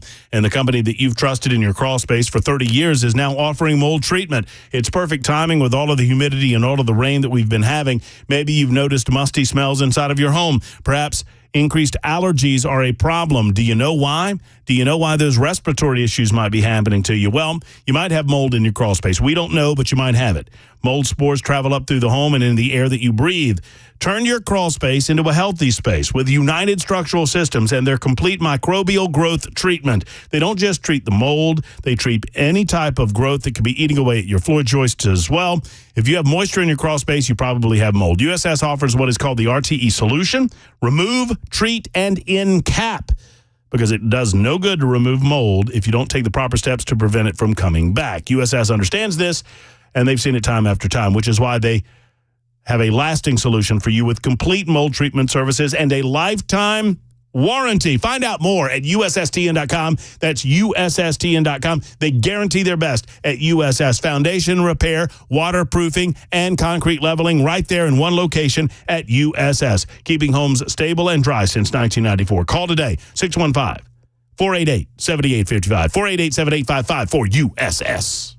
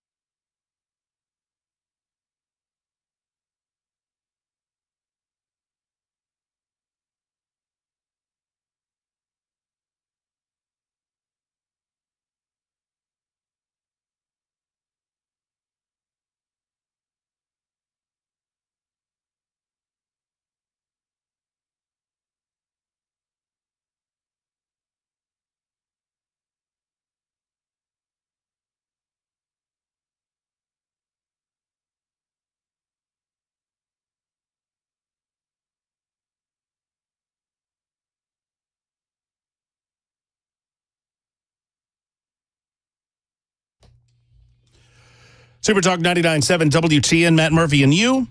One more hour to go after we check in with Mac Morey in the Super Talk 99.7 WTN News Closet. 1:58 right now. Just enough time to get a couple of calls in. And don't forget, Jason Whitlock is coming up. He of the Fearless podcast in studio in mere moments. He is trying to find 10 Music Circle East, and it's a struggle. Is it the case that on some map or directional apps we don't show up? Not really, but it can get confusing because you'll get 10 Music Square or something. And it's a lot of music. It's just a mess. A lot of music. Yeah. It's a mess around here. Steve's in the borough. Hey, Steve, how are you? Hey, pretty good. How are you guys doing? Doing well. Thank you for asking. Good. Hey, you had a caller earlier that was like just flabbergasted. I forget who it was. I'm sort of equally not understanding how people don't understand. First of all, I think this case has always been a bit of a stretch. I'll admit that. But I'm sort of the opposite of you. The more I've listened to live tweets from the courtroom and occasionally looked at the transcripts at the end of each day of the actual testimony and whatnot, I'm thinking, well, they're making a pretty good case here, even though I think the whole law is BS. Okay, hold on. I want to hear why this is, but I got music in the background, Steve, so I'm going to put you on hold. We'll get to you in just a moment. I'm very curious your thought process on this. It's 1:59. Here comes the news. Super Talk 99.7 WTN.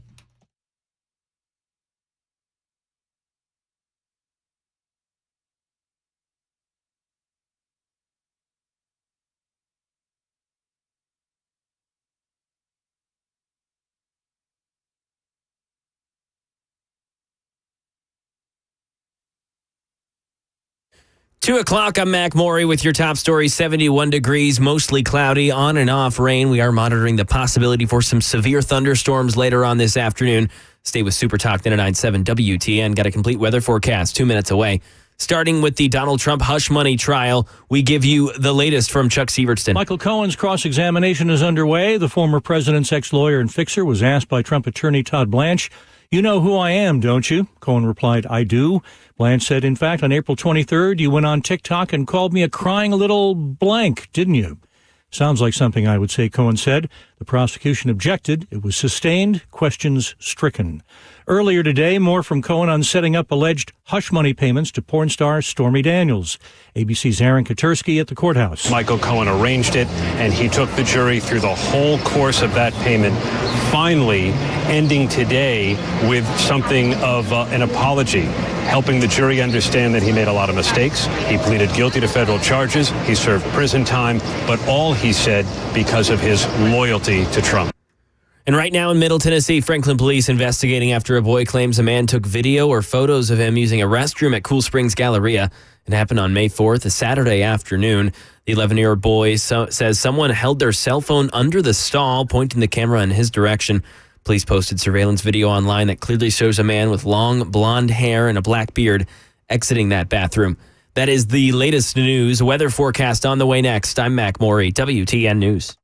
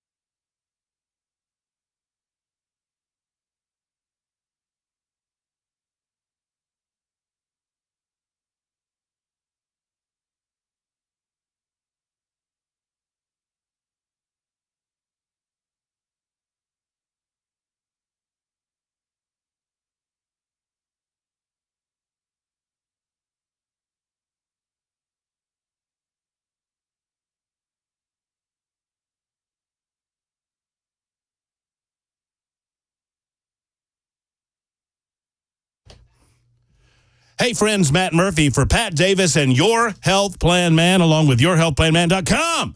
Come on, baby. You need good health insurance. And you know what? The Obamacare just ain't cutting it. You need somebody that can cut through the clutter, cut through the lies, cut through the half-truths, cut through the salesmanship, and tell you exactly what you need to assist you in your insurance. You need Pat Davis. He is your one-stop shop for all things healthcare. That's why we call him Your Health Care. Well, it's Your Health Plan. yourhealthplanman.com. Go on his website and find out how he can assist you in getting right with your health care. Pat Davis is your concierge. He can work through the system. He can find you the right plan for you. He can make sure that you're not paying for things that you don't need. You can use any provider. It's 24-hour a day, 7-day a week worldwide coverage. They just have it all at yourhealthplanman.com. So go to the website, yourhealthplanman.com, find out more, and then give the call that so many others have made at 855-4PLANMAN. That's 855-475-2662. They treat you better. They treat you right. They tell you the truth. It's yourhealthplanman.com.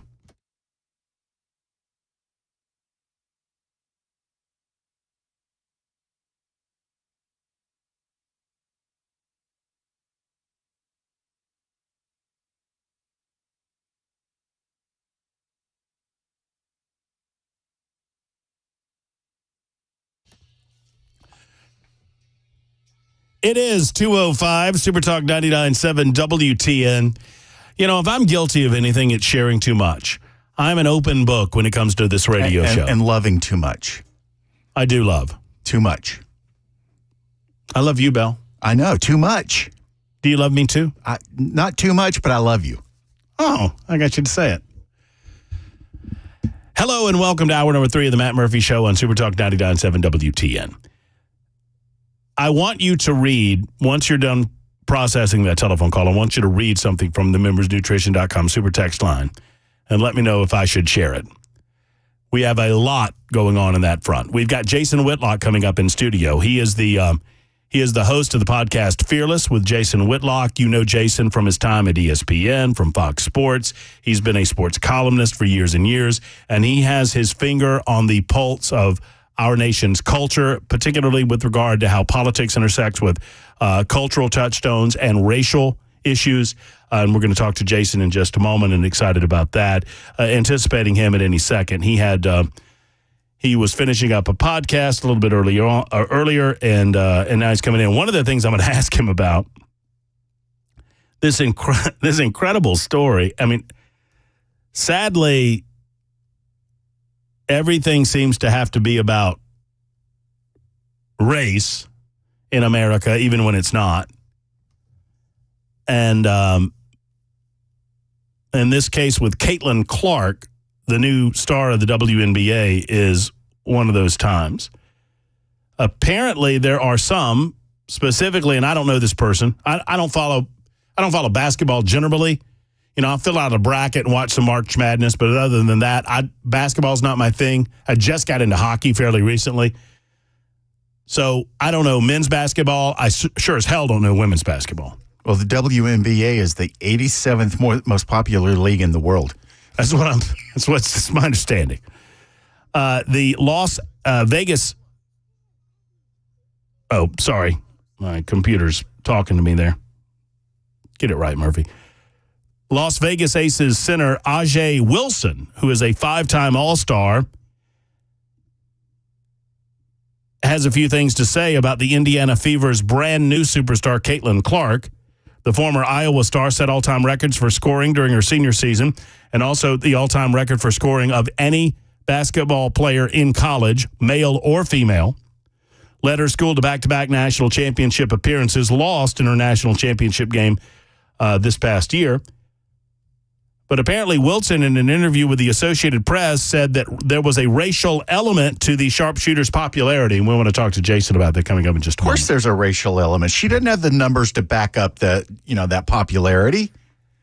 Show me some stats on the woman. Everybody just loves her because she's white? Right. It's apparently.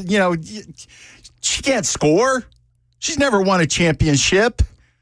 Ajay Wilson says, quote, I think it's a huge thing. I think a lot of people say that it's not about black and white, but it is to me. It really is, because you can be top-notch at what you are as a black woman, but yet maybe that's something that people don't want to see. Do you realize Michael Jordan was only popular because he was a black man? Did you know that was the truth? Serena Williams? Yeah, I mean, Venus Williams? Neither one of them got any stats to back him up.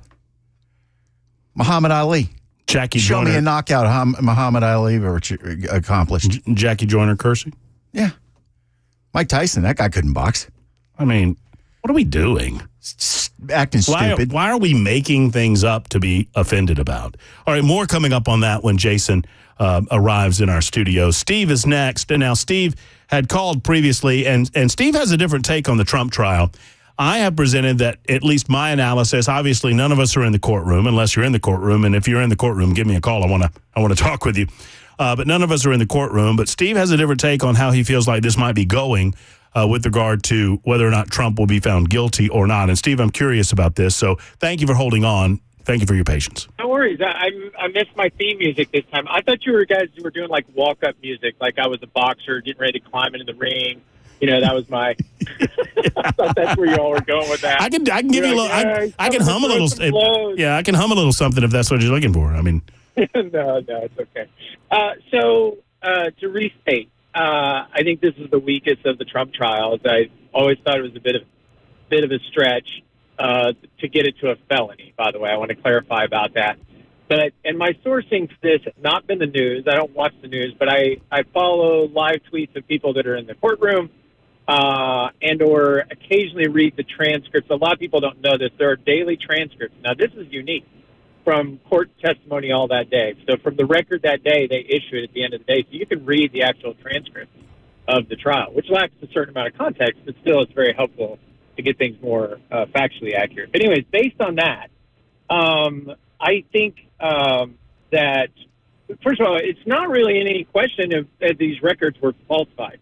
Like, nobody questions that because, as you stated earlier, everybody agrees Stormy was paid and this other gal was paid or whatever, but it doesn't, like, show up in the ledger as, like, hey, we paid this chick to keep quiet, right? So we know, and plus the CEO already was convicted of falsifying those records. So they do have to show that Trump, that he sort of ordered that, right? And based on what I've seen of coming out of the courtroom, that's pretty low bar. I think they've shown that Trump, ordered the falsification of those records. He didn't go on a computer and change his spreadsheet himself, but he had others do that. I'm satisfied with that. Now, where it gets complicated is those are all just misdemeanors on their own. But if the state can demonstrate that they did that in furtherance of another crime, then they can bump them up to a felony. Now, that's where I think it's still a bit of a stretch, because the other crime they choose to say that he was committing in the process is another misdemeanor. So they're trying to make two misdemeanors a felony. That might be a little bit of a harder sell to a jury, but I don't think there's any question that they sort of made the case with those facts so far. And then one last thing I wanted to point out. Well, let me ask you. Can I ask you a couple of questions real quick? So, are you in the legal profession? No. Okay. All right. I was just curious because you could have fooled me, Steve. I mean, you sounded like a lawyer. Oh, I appreciate that. No. Can you tell me what the underlying crime is? So there's two. There's the falsification. There's 34 counts of falsifying business records. Those are misdemeanors. But they bump them to felonies by saying in the process of falsifying those business records. Right. No. Let me give the language. Let me give the language to people just joining us so that the language is correct. Sure. The charges rise to the level of felony if you're found to be falsifying business records with the intent to commit or conceal another crime. Correct. What is that crime? Correct. So that crime, it's a misdemeanor, and it's a New York State election law misdemeanor. And I'm sorry, I'm paraphrasing. I don't have it in front of me. But it's like if one or more persons conspires to go against somebody in an election or promote somebody in an election, and they have to do it knowingly and willfully, which is another part of the case. That's another hard part of the case. I feel Steve, when have you seen the prosecution present anything along those lines in this case? I haven't seen anything presenting the evidence tying what you just presented together with the business records? So almost every day of testimony in the past week, and let me tell you what I mean. So there's been a lot made of, did Trump do this to protect Melania from embarrassment and that sort of thing, or did he do it for the campaign? And that's really what everything sort of hinges on. If the jury believes that he did it to further the campaign, then they probably made their case for this to be bumped up to a felony. If the jury believes that he only did all this... It is not... No. That is not it is not a crime to do this to benefit his campaign. It is in the state of New York. That's No. This is a federal campaign. This is not a state campaign. You're confusing state law with regard to state elections with federal elections. No. That's what I'm trying to tell you, though, is if you go back and look, and you can go look at this in the transcripts. Don't just... this is why I don't listen to the news, because they filter it. Whether it's filtered to the right or filtered to the left, they filter it. If you go back and look at the opening arguments, the opening statement, the state outlined and talked about, and they even mentioned you cannot charge. But what I'm telling you, Steve, is you have this wrong with regard to the state and the federal. You cannot charge Donald Trump with a state law regarding impacting a federal election. You have to go through federal court. That's why they went to federal court, and the Federal Elections Commission and the Department of Justice declined to bring the charges against him. Well, that's what I'm trying to tell you, though. But you also simultaneously follow state election laws when you're running a federal.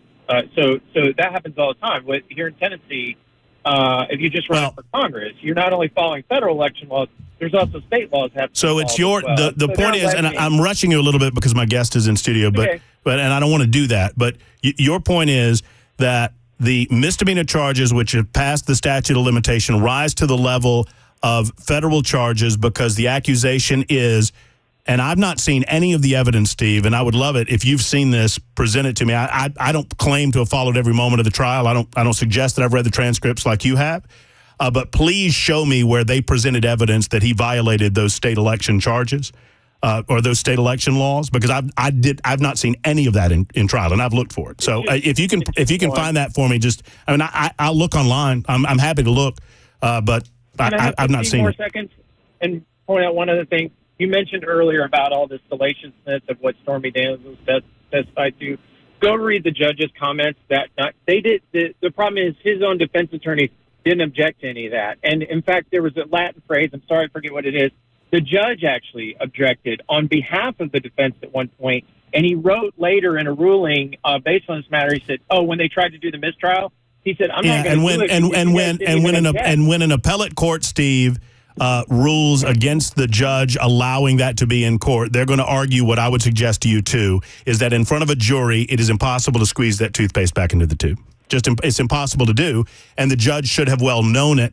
And the judge has an obligation to the defense. And I don't know if the defense did everything that they needed to do. Once again, I've not read the transcript to be proactive in that nature. And I don't believe that you don't have legal experience, by the way.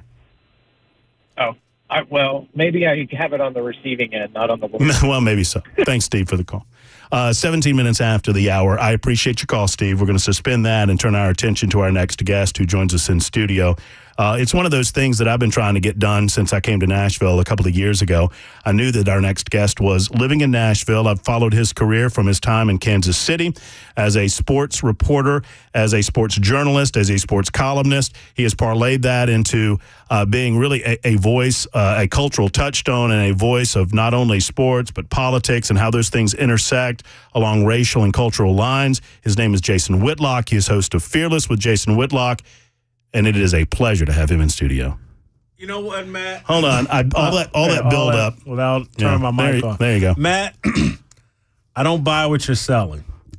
I live less than 2 blocks from this studio. I got you. And I never got invited until today. I could crawl here in less than 30 seconds. And, I've been dying to get you on, Jason. Oh, man. I smell what you're cooking on that 19th floor over at, but I just get here today, so man, I'm glad. I'm glad you're here. One way or the other. You got it cooking over there at Fearless, man. Thank you for everything you do. I'm trying. How did you come to be in Nashville? I came here as part of leaving corporate media, Fox Sports, to partner with Clay Travis on Outkick. And I wanted to get out of L.A. I wanted to get closer to my family in Indianapolis and Cincinnati. And I wanted to build up Outkick and relocate to a part of the country that wasn't offended by my worldview.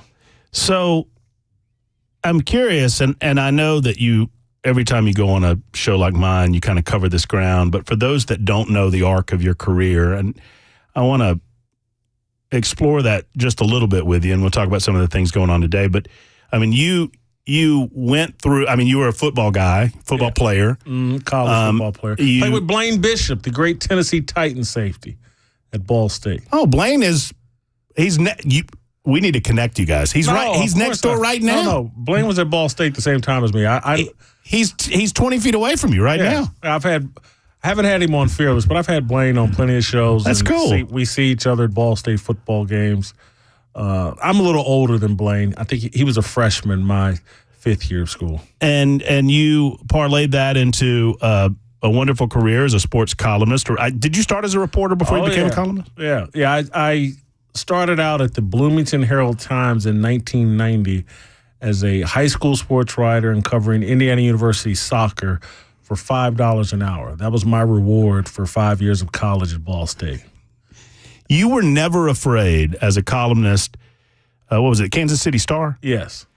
And I remember us having a conversation. I don't pretend that you remember this because you've had so many of these interviews over the years. You were with the Kansas City Stars in Birmingham, Alabama, and it's probably 20 years ago. You're going to think I'm joking, but I remember that. And what so impressed me is that so few in your field were willing to go there. And obviously now, what we know now, your willingness to go there, your fearlessness, because it was a column regarding race in sports, and I forget the specific nature of the column, but I was so impressed that you were willing to go there and speak truth where so many were not. Do you think this is around 2007, 2006? Yeah, something like that. Yeah, it was probably everybody in the country had me on during the Don Imus nappy-headed hose deal. That's exactly right. That's exactly right. I was like, hold on, man. We don't even listen to Don Imus. We don't know who he is. We don't know what he's talking about. And we got all these rappers putting out this rap music that calls black women every name in the book, calls black men every name in the book. But I'm supposed to care about some shock jock in New York that I'd never listened to his show. And so I love it. That's exactly right. Mm-hmm. That's exactly right. Did that make your work as a sports columnist harder, your willingness to discuss these things? Did it cause your bosses any consternation? I'm sure it did, but I'm old enough.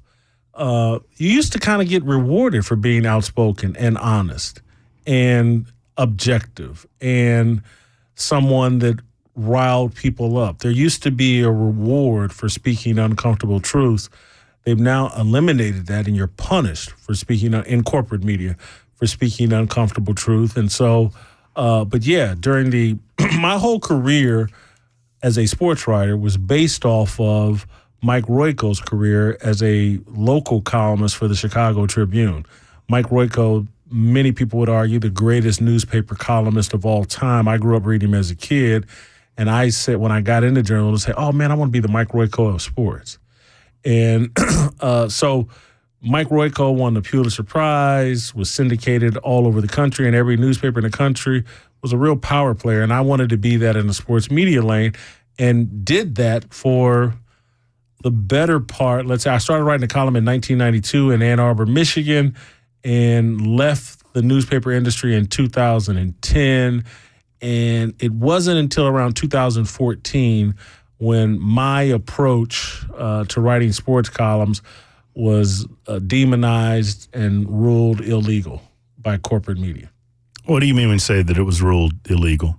Couldn't do it. Just unsustainable that the editors and people in charge didn't want to deal with the blowback of someone who, called BS on mainstream corporate fake narratives.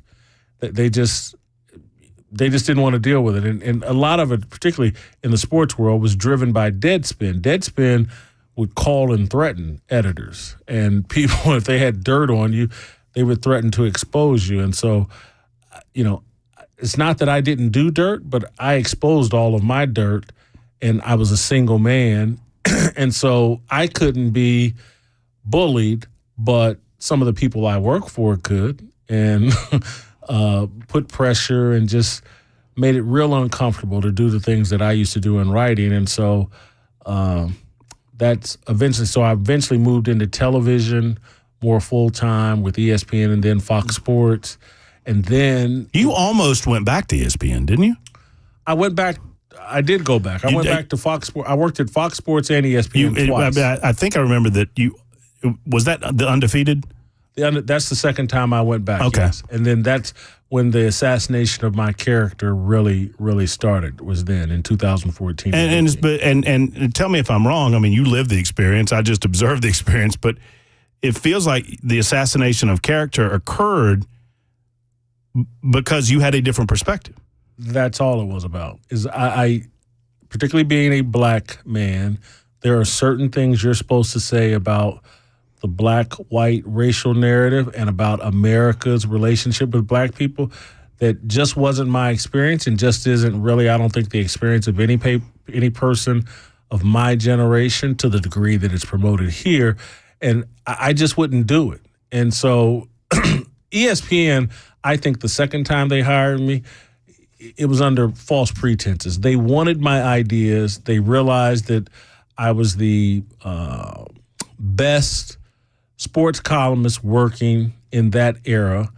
And they already had Bill Simmons, who different path was, and they wanted me to be a version of Bill Simmons.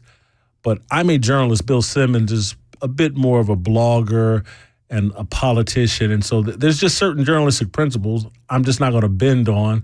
And when they saw that I wouldn't bend, they just said, all right, we'll take the guy's ideas, we'll destroy him, and then we'll put someone we can put puppet strings on in his spot. He's the host of Fearless with Jason Whitlock. He's got an event coming up a little bit later on in town that I want to tell you about. It's called Roll Call 2.0. We'll do that right after this break. It's 2:25 on Super Talk 99.7 WTN. Back right after this.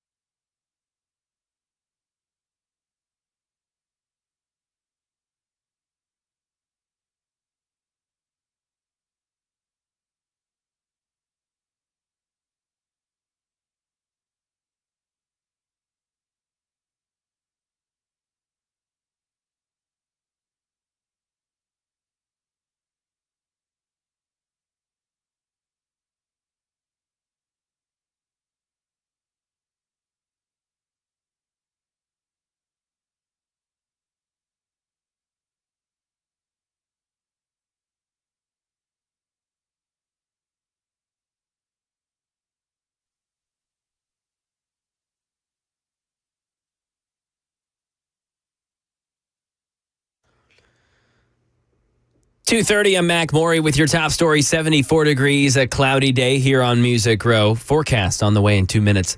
The Federal Reserve Chair Jerome Powell pointed to holding interest rates steady for now, saying he's confident inflation will come down to their target goal of 2% later this year. Im Nguyen has more. Fed Chair Jerome Powell said inflation is expected to come down later this year, despite stubbornly high rates. Powell spoke at the annual Foreign Bankers Association in Amsterdam. I think that it may be that takes longer than expected to do its work and bring inflation down. I am confident that we will do that, but that we will get inflation down to 2%. Powell said he doesn't believe the next move from the Fed will be another rate hike, those remarks appearing to suggest the Fed may consider an interest rate cut in September. China hosting Russian President Vladimir Putin for a state visit later this month. It comes as Russia just launched a new offensive in Ukraine, where U.S. top diplomat Secretary of State Antony Blinken paid a surprise visit to try to affirm America's support against the invasion. And Walmart announced it's cutting hundreds of jobs. The retail giant also announced it's asking most of its remote workers to move back to offices. Alexis Christoforous. This comes at a time when Walmart and a lot of other retailers are struggling. Consumer spending is still not where it was just a few years ago. People are not spending as much on discretionary items like clothing. And Walmart is feeling it. It's even said that, people are spending less at its stores as inflation, eats away at everyone's wallet. So this is just another way for Walmart to reduce its operational costs. And that is the latest news. Weather's on the way. I'm Mac Maury, WTN News.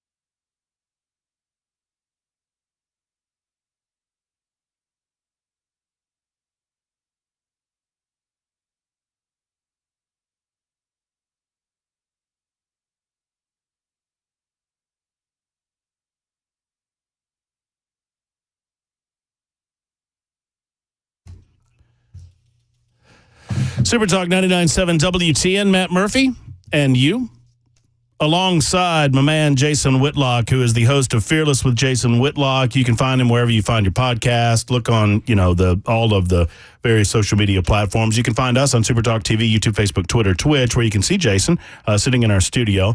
And he's already called me out for saying that I've been trying to get him on for some time because I ask and I receive, and Jason is here.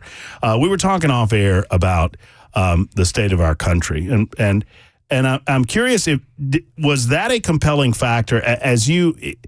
I don't want to say that you transitioned in your approach to what you do on a day-to-day basis, but I did transition. But there has been a transition. Yeah. How would you categorize what has happened in your career? I may tell you more than what you asked, but again, I told you in 2013, 14, 15, I'm back at ESPN. They've hired me to start the Undefeated, and then they seek out to destroy me, and Deadspin and other media outlets are just like reshaping who I am in the public sphere. And it was a humbling experience, and it made me realize, like, man, if I don't get right with God, they're going to win. I grew up in the church, small church in Indianapolis, and went off into the world and had a lot of success and made money and became popular and forgot about God. And this humbling experience at kind of the apex of my career made me refocus, reevaluate, and really understand my purpose. And so, I just started leaning more into my faith. And then the further and further along I got in my television career, particularly at Fox Sports, we started having success. And there was a direction I wanted to take the show, and there's a direction the network wanted me to stay in. And the rubber just didn't meet the road. And so I decided, look, I need independence, and I need to be somewhere where I can say exactly what I believe and talk about things in full. You can't talk about the truth without talking about God, without talking about the Bible, without talking about Jesus Christ. It's the foundation of all of our truth. And I'm watching the country move away from that, and I'm seeing a country that I don't recognize as we move further away from a biblical worldview. And this is amazing. I just have, I loved my childhood so much, and the hope and the ideas that I was raised with. I want other kids to experience that. And so I was like, well, you got to do something to protect it. You got to do something to open people's minds to, hey, here's what's really going on. You guys think there's some sort of race war going on, or you think there's some war between Republicans and Democrats, and the war is really good versus evil. There are satanic forces at work trying to undermine America and our biblical foundation, and I wanted to be in that in a real way that you can't be in corporate media. There were people that were texting in to me, I love Jason Whitlock on Tucker Carlson. And what they loved was that I'd go on Tucker Carlson, and Tucker Carlson wanted me to do this. Any conversation we'd have, I'd find some biblical angle on it and talk with him about it. And it was a way of getting God into the conversation on Fox News. Fox News, not the biggest fan of that, and I think part of that had to do with why Tucker and Fox News ended up splitting. But, that's my purpose. I just wanted to return people to a biblical worldview so that we continue to protect the freedoms that many of us have taken for granted. Freedom of speech, can't infringe upon our religious beliefs. And look where we are, where they're passing laws that if you quote scripture, if you quote the Bible, that can be viewed as anti-Semitism and can land you in jail. That's crazy. Well, one of the places where those two concepts, the concept of the First Amendment and the Second Amendment, and really all the rest, combine are this idea of hate speech and hate speech laws. So many other countries have passed these laws that are now they're turning against the church and suggesting that the church can't teach certain aspects of faith because it is considered in some circles hate speech. One of the reasons that I've defended, like, for example, Vanderbilt University has had this pro-Palestinian protest that's been going on campus. And I've defended that because it's not infringed on the rights of any Jewish students on campus. It's not restricted their freedom of movement. And we should welcome that, even as I think they are as wrong-minded as they can possibly be it is sacrosanct to me that you have that right in the United States of America to be as wrong as you want to be, so long as you're not denying others' rights. Totally agree. And literally, I just got in this on my show today. The First and Second Amendment are first and second for a reason. They're critical. Free speech, don't infringe on their right to a religious assembly. And then they were so smart. They said, now look, these satanic crazy people and governments out of control, they will steal your free speech. They'll come against your religion. So I'm going to give you this gun to protect you and those rights that God has given you. And you have to back them up with the gun because you're dealing with evil, wicked people. And they go hand in hand, the First and Second Amendment, and that's why they're first and second. Here's your rights that God gave you, and here's your gun to back it up. And it feels like nowadays that, our friends, quote unquote, on the left, they love the concept of freedom of speech so long as you don't say something that they disagree with. I mean, I'm looking at Harrison Butker, kicker with the Kansas City Chiefs, said nothing wrong. Frankly, said a lot of things that I completely 100% agree with. Who would deny him his ability to say what he's going to say? But I promise you, somebody's going to try to cancel this dude based on what he had to say at a commencement address, by the way, at a Catholic faith-based school, and he was speaking from a faith-based perspective about how he sees the rest of the world. Matt, a quick taste? Let me give you a... Oh, no, give it, hold on. Give me a little taste of Harrison Butker. It would Butker. seem the more connected people are to one another, the more they feel alone. I'm not sure the root of this, but at least I can offer one controversial antidote that I believe will have a lasting impact for generations to come. Get married and start a family. He's being blasted for that. He went to Benedictine. He spoke against diversity, equity, inclusion. He called out silent Catholics. He's being hyper aggressive, and I got nothing but respect for him. It's so funny. Our shows mirror each other today because I played clips from his speech at Benedictine as well.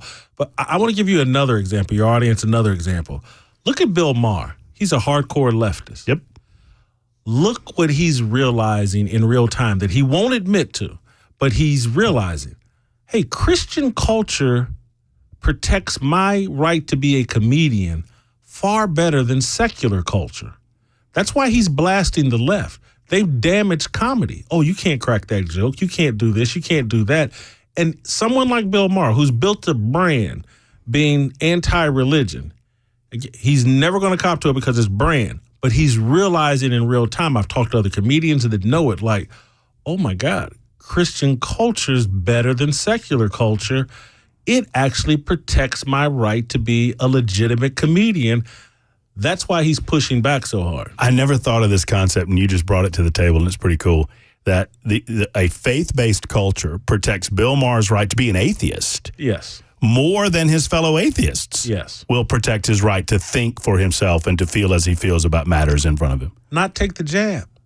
Faith-based culture, because I did not, I'm sitting here as a 57-year-old fat man. I did not take the jab. And it's because of my faith. I was like, oh, why would this be better than what God designed? I'm good. I'm going to pass on it. I'm going to work on losing weight. I'm going to take the Z-Pack with vitamin D and other things, and I'm going to let God do the rest. And that's why I'm here sitting here today, a pureblood. And when I did get COVID, I had a doctor, Zelensky, who prescribed me ivermectin. Knocked it out. Probably had 2 days worth of COVID. The rest I just fought through. It was nothing. Haven't had a problem since. Because I'm going to trust God's design better than man's design. As we talk about faith, and as I think about your career in the world of sports, as you gravitate more and more to your faith, does that kind of help focus you on how sports applies to all of this, or if it applies to sports applies tremendously. The left is overtaking the sports world because they know that sports is the only thing that really moves with the culture at this point. It's the only thing that draws television ratings. Mm-hmm. Nothing else does. And they're trying to control us, or they are controlling us through TV. And so why do you think they moved Taylor Swift into football? because they got to attach her to football because it's the only thing that draws a massive audience. And how do you promote her with the massive audience that football delivers? And that's why they're turning sports more and more woke. That's why the athletes all think they got to kneel every time a career criminal acts up against the police and hurts himself, gets hurt because he's put himself in a bad position, and they got to, drop to their knees. And, oh, my God, George Floyd's the greatest human being on the planet. It's crazy. Upside down. All right, you've got a big, in the few minutes we've got left, I want to talk about this big event you've got coming up on June 1st called Roll Call 2.0. Roll Call 2.0 because we had Roll Call 1.0 last year. Okay. And it's at Rocketown. We're back. We're bigger and better than ever this year. And moving forward, I partnered with John Rich, the country singer, because John Rich is helping me execute my vision. I'm trying to get black and white people to realize, hey, we're not enemies. That the real enemy is good versus evil, and we have to come together as believers and as men. This is a men's summit. We have to come together as men and believers and stand up to all these forces destroying America, destroying the future of our kids and grandkids. And so it's on Saturday, June 1st. I've got John Rich. I've got Jeffrey Steele. I've got John Cooper from Skillet.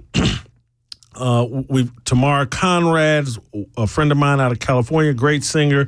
Vodi Bakum is going to come in and preach.